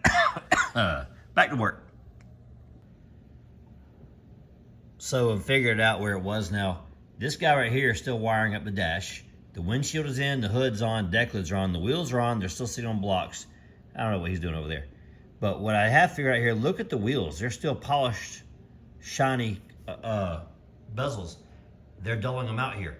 So when I'm here, it was Tuesday or was it Wednesday? Now, I never forgot if it was Tuesday or Wednesday.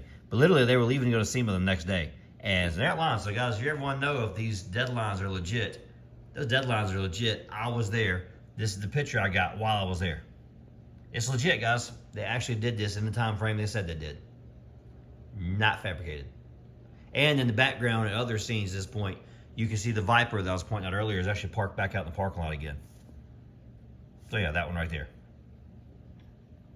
You can look over their shoulder in the background and see that Viper sitting in the parking lot just before this scene here. Pretty cool. Now I'm giving you the backstory within the backstory. So I was in Gas Monkey Garage talking to the lady there, and she was telling me about it was a SEMA build. And I mentioned, hey, they're kind of pushing it for SEMA. Because if you see the green truck on screen here, this is Brad from Black Bear Off-Road's Jeep Comanche that he built for SEMA. I had just talked to Brad a couple of days earlier, and he was sending his truck off to Vegas for the SEMA show. So I knew when he left, and I'm like, oh my God, the guys at Gas Monkey are pushing it because they should have been long on the road if they were going to do it the same time frame that Brad did. So that's how we had a conversation, is how I knew the deadlines for SEMA. And I can tell you right now, guys, the deadlines on that TV show were legit. The timestamp on my picture and video is Wednesday, October 29th, between 2 p.m. and 3 p.m. Only question I have is, I live in Georgia. I took the pictures in Texas. So is the timestamp from my home's address, Eastern Time, or from the local address, Central Time? Either way, we know within an hour what time I was there.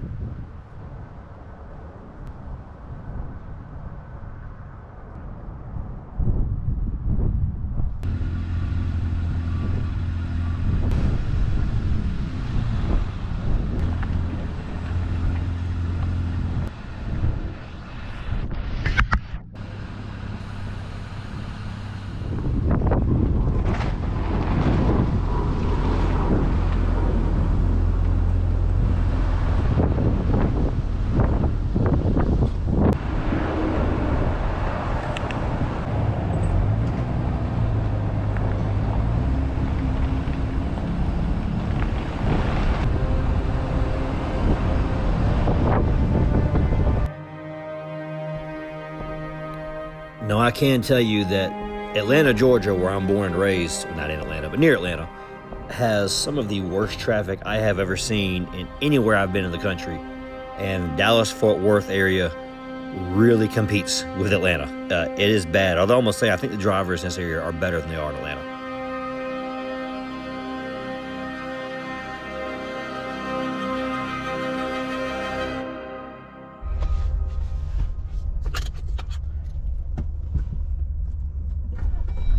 All right, we're on our way to Texarkana, way too far away. I needed dinner. Now, I've stopped at Buc-ees, but I didn't get any food at Buc-ees. I got some Dr. Pepper, and I got gas. Because obviously I don't want to eat Buc-ees again. I ate Buc-ees coming out here. But I stopped at this place called Duke's. Never heard of it. I stopped here because they had a taco casa. I never heard of that either. But I have been seeing these things ever since I got to Texas. And I said, before I leave, I am trying these tacos. Well, I Googled it on my phone over here, and I realized this is the last one I'm going to pass before I leave Texas. So, if I'm going to eat here, I better stop here and eat here. So I did. Now, being that Taco Bell is what we have in Georgia, or to be a nachos, they didn't have Supremes, they call them super. So it'll be a super nacho and a super burrito. I ate half that super nacho. Holy moly, that was a lot of food. As soon as they handed me the bag, I picked that bag up, I was like, oh God, that bag's heavy. I was like, I ain't gonna eat all this. So I didn't even eat half what I ordered. It was 14 bucks. Which, I'll be honest with you, I ate Taco Bell a couple days ago. It was 14 bucks Taco Bell. When I got done eating it, I was still hungry. No, I wasn't hungry. I was hungry a couple hours later. I wasn't hungry immediately. This stuff here, I ain't gonna eat for 2 days, so. Guess who's eating some nachos when we get to camp? That's right, that's gonna be you. We ain't going to camp though, we're going to a rest stop. I ain't going to that campground again tonight. The mosquitoes are horrible. It was dark, there were trees over my head, and besides that, I need to be in Texarkana in the morning. So, we're going to go to a rest stop at Texarkana and crash there. And we'll sleep in the car. I'll just take all the stuff out and strap it to the roof. But, you know, we've done that before, so no big deal. We'll make it happen. But anyways, Taco Casa. I love it. If they ever come to Georgia, Taco Bell, you'll be running for the border. And this place here, Piccadilly Pizza, the original fried pie shop, they didn't have any apple pie. I was disappointed. I didn't get anything. I wanted apple pie. So, but oh well, hey, this Duke's is like, it's like a miniature version of Buc-ees, but it's made like my house. So if you guys, the few times you've ever seen the inside of my house on YouTube, I have an old house and the inside's all wood, all like raw exposed wood. There's a couple pieces that are sheetrocked, but the whole inside of the house is mostly raw exposed wood. Well, this place in here is made like the inside of my house. So it's pretty cool. Theirs is definitely better looking than mine. It's more rustic cabin look, whereas mine's just old worn out house looking. So, but anyway, I ain't got money to fix it up. Yeah, it'd take $250,000 to fix my house up and make it look good. So if you guys want to give donations, I might fix the house up. But otherwise, yeah, not gonna happen. What a blast, guys. Big Texas road trip. This thing is being awesome. Next to last day though. We'll be in Texarkana tonight, and tomorrow we're heading home from Texarkana. That's it, everybody. All right, this is the Texas thing. Frontage road, hang left, cross traffic. This is your on-ramp right here. I mean, this is the wildest form of on-ramps I've ever seen, and they ain't long, so you better get on it. I ain't got it. I gotta get him out of this truck here. I mean, it is, well, they do not give you much time to figure it out. It's the Wild West on these interstates. I like it though. There's a lot of access on, oh, that's why he couldn't get over. There was a car beside him. I like these interstates, but they're different. It'll take me some learning to use this. That's another lesson, a takeaway from driving through Texas for the first time. It's different out here. And you got little short exits on and off the frontage roads. And when you're coming off a frontage road, you have the right of way, it looks like, and the traffic on the frontage road has to yield to you. So you gotta be paying attention. I'm telling you, if they did roads this way in Georgia, people would crash a lot more often. But out here in Texas, I guess they're used to us. They figured it out. And then on top of that, you'll see where some people just make their own exit to the frontage road. Call that a Texan. It ain't an exit, it's a Texan. So yeah, that's it's different out here for sure. I like it though. The more I'm out here, the more I'm liking it. I have always said my entire life, if I ever moved away from Georgia, Texas was the place I'd want to be. After Texas, probably Utah and Colorado. Lord, Man, when it gets cold big. When it gets hot big. And they don't do anything small here in Texas. They do it full all the way. Anyways, that's enough rambling. My life lessons I'm learning on my big Texas road trip adventure. It's been a blast. Bucket list right here, I tell you. All right, that's enough rambling. Get back to driving. We are eastbound and down. See these big tall lights right here on the side of the highway here, right? Is that you'll be driving that road and you'll see a big just batch of these lights over the trees. Now when I'm at home, I see that, I think a Walmart, a Home Depot, big shopping center, something like that, right? Huh, not in Texas. You're driving down the road, you see a whole bunch of light poles all of a sudden towering up in the sky, higher than anything else, like it's lighting up a parking lot. Yeah, that's lighting up a high school football stadium. They ain't lying when they talk about football in Texas. I've seen so many high school stadiums that look like college stadiums. Not SEC college stadiums, but you know, normal college stadiums. I'm amazed at how big the high school football stadiums are, especially around Dallas and West Texas. Not so much in East Texas, not as much on this side, which is where I'm at right now, but I just remembered it when I saw that light. That West Texas and the Dallas area, oh my, the football stadiums the high schools have look like a college campus. So anyways, I thought I'd share that. Pretty cool experience. Here we are. Just a little bit of light left on the horizon, and we are 15 minutes away from our destination. Cutting this one close. And this is Texarkana. It is dark. This town's bigger than what I expected. Granted, it has been 50 years since this movie was made, so I mean, you expect things to be a little bit bigger than what you remember, what they were back then. This is the interchange of Interstate 30 and Interstate something. I don't know what interstate we just crossed. But yeah, Interstate 30 and Interstate, is that 385 maybe? I can't tell. Some kind of bypass. It goes around Texarkana. We'll look it up later. Here you are, guys. Day 7 of the big Texas road trip. The final day, we are on the border of Texas and Arkansas. And the border of Texas and Arkansas has a really interesting name. It's called Texarkana. So, we're right there. Anyways, we're heading out of here. Got to go home today. We'll be home tonight. Should be dark by the time we get there. Unfortunately, as you can see, the sun's already about 10 degrees off the horizon. So, you know, later starting what I wanted. That's okay. We're still getting out of here. I'll still be there whenever I get there. But unfortunately, this is the final day of the big Texas road trip. Got to go home. Got to go back to work. Drive around a Jeep doesn't pay the bills. God, I wish it did. Because this is fun, but it don't. So, go back home. Get back to reality. Here we go. Final day. So I brought this with the intention of mounting it to the front of my Jeep. And there's nowhere to mount this on the front of my Jeep. So we're going to put it right over here in the windshield. Right there. There we go. That's where we'll put it in. A 12 pack of Dr. Pepper from Texas, by the way. I got 3 cases of Dr. Pepper. That is 400 ounces of Dr. Pepper. And we are trucking it from Texarkana, Texas, all the way back to Atlanta, Georgia. So the Smoking and Bandit adventure run from Texarkana to Atlanta was planned almost a year ago. And it turned into me driving out and exploring Texas to then going to off-road parks, turned into a big week-long adventure from me just driving to Texarkana and coming back home. So really, this day right here, this was actually the main reason I even started the idea of going to Texas, and it just grew into a week-long adventure. So yeah, we're not going to show all the Smoking and Bandit footage today, though. That's a different video. Just like that, we're in Arkansas. 4 States Fairgrounds. In a corridor. East on Highway 82. That's the way we're going home. We're on US 82.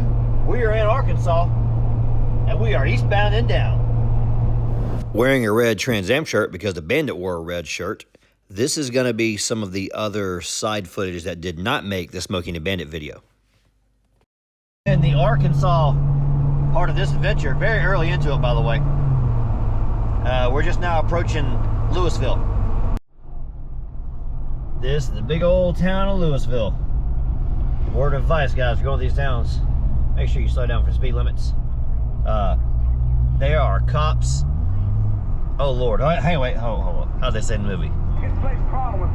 There's bears crawling all over this place. Guys, I ain't lying. I've passed so many cops, and if you're driving in Texas, most of the road speed limits are 75 miles an hour. I'm having trouble adjusting myself back to 55-mile-an-hour speed. Oh my Lord, this feels so slow. I am not lying. Good Lord, all right, there we go. We're back to 55 here. God, 55 feels so slow now.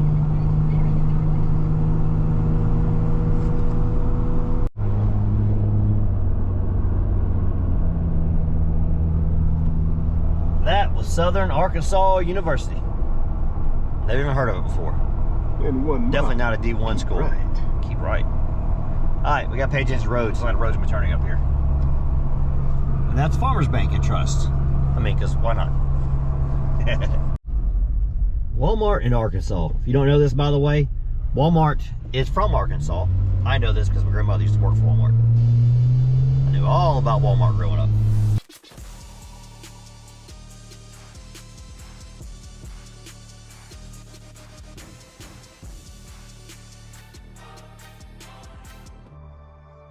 Rolling hills, trees on the side of the road. I mean, right now I could be driving around south side of Atlanta and on a back road, and yeah, I completely believe it. Looks like I'm at home, but I'm not. I'm still 550 miles away. We are in the town of Marysville, guys. I want to stop and film this for one very specific reason.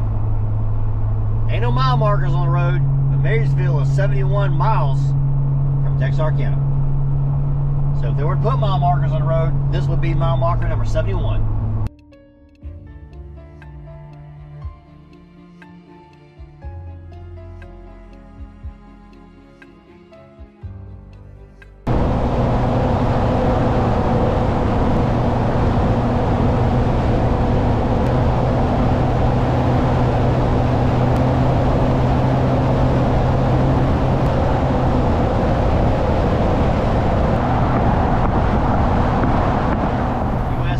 Has a bypass around El Dorado, and it's built like an interstate.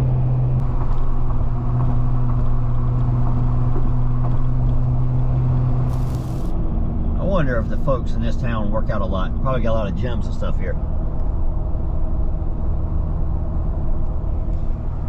Bet they're pretty strong in this town. Felsenthal maybe? I don't know, something like that. National Wildlife Refuge. So pretty big area of protected land. We're in Arkansas. I do believe we're getting closer and closer to the Mississippi border. I don't think we're too far away from it. That is, Louisiana is down to the right. Not very far. Let me see. No, I don't want to see a location. That scale is 10 miles, so about 10 miles to the right, that way is Louisiana. All this is protected wildlife refuge.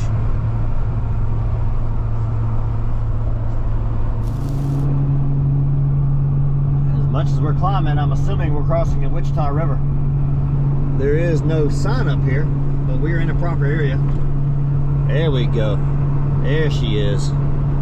That should be the Wichita River.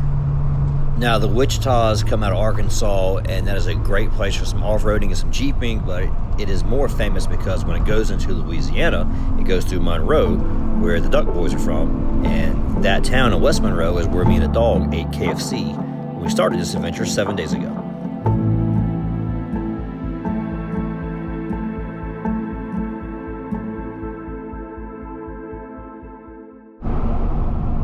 Town of Crossroads, Arkansas. This is the town of Lake Village.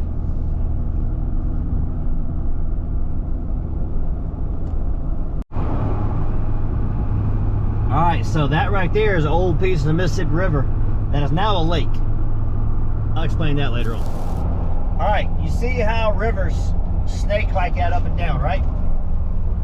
That's what rivers do. River snake. You may have never really paid attention to this, but if you ever wondered why rivers don't go in a straight line, it's a very simple reason why. It's the same reason why when you flush toilet, the water swirls. It's called the Coriolis effect. Any big body of water, like that one right there, if it has any kind of movement, you gotta understand it's gonna move at different speeds.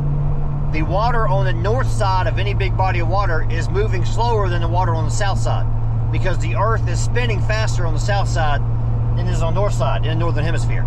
Due to the earth being a sphere, as it rotates around the equator, it's rotating slower the farther north you go until you get North Pole, where it ain't, it's just sitting idle, right? So because the water is rotating the earth at a faster pace on the bottom of the river on the south side than it is on the north side, it causes the water to swirl back and forth and bounce off of objects. If water hits a restriction, it almost swirls off of it.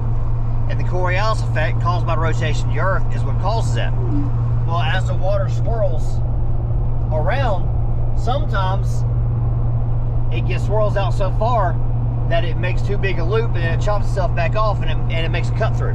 When that happens, you end up with these lakes shaped like a crescent moon all the way around the big river, and that is what causes those locks. They call them locks like that because they're cut off by land or locked off from the river. That's what causes that. This is named after the lake because it's Lakeview, which that lake right there was once part of the Mississippi River. There you go, little physics and history and science lesson all roped into a Smokey and Bandit adventure ride. Now, I'm pretty sure I cut that part out of the Smokey and the Bandit video, so I wanted to include it here. But what I'm going to keep in both videos is this right here. We are crossing the Mississippi River, and we are now in Mississippi.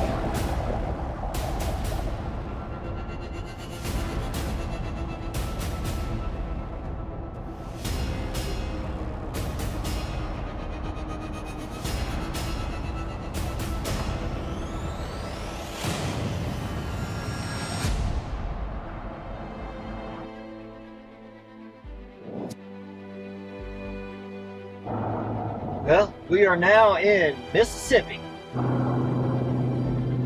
But they employ half the town right here. And they believe in Jesus.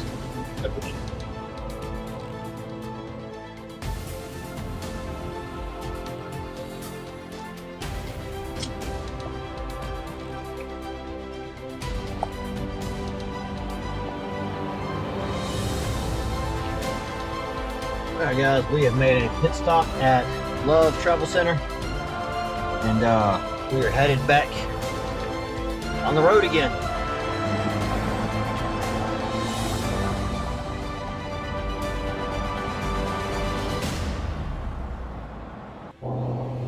So as we're approaching Greenwood, US 82 becomes a BB King Memorial Highway. I don't remember the history of BB King, so is he from this area? I don't know. I don't remember where BB King is from. Huh, I gotta look that one up, and I ain't sure where he's from. Know his music though, that's for sure.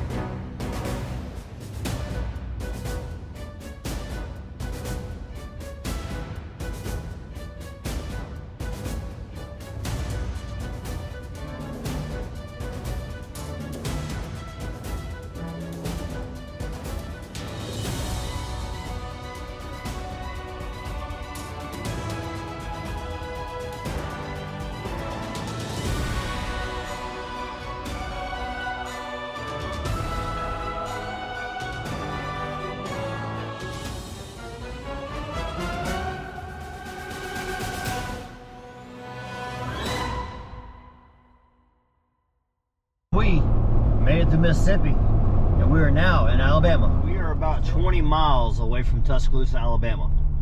We are passing Tuscaloosa Regional Airport.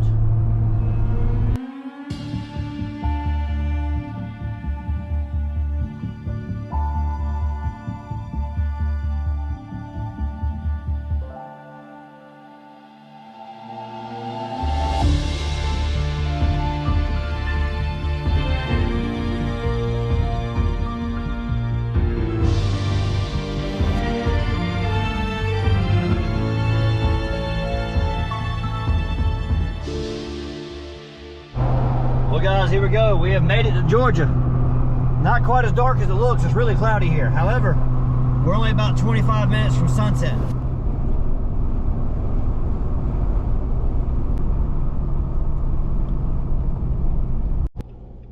So how cool was it that while filming the Smokey and the Bandit video, I pulled the Atlanta Motor Speedway while there were police there and a police helicopter launching right as I arrived. Perfect timing. All right, big Texas road trip. We're passing Atlanta Motor Speedway. We are headed home, and we're almost there. I can't wait. Guys, y'all can't really see it much, but I'm home. Sounds like the heater's running. The dog's out there going to the bathroom. He's probably excited as can be to be here at the house. But I go ahead and turn the floodlights on. There we go. You can see me now. I am home. You guys don't know I run red lights. It's because I love astronomy. I like going outside at nighttime, be able to see stars. And red lights don't strain your eyes. So if you go outside at night with red lights on, you can go out the front porch and look at stars. If you can't tell, looking around here, by the way, you can't see another house from my house. Yes, I live out in the country. I love it. I love it. Actually, in the wintertime, you can see houses off my back porch, but summertime, you only see one. And I got a pretty good view. So that view is on YouTube, though. We're home. Oh, God, we're home. Thank God.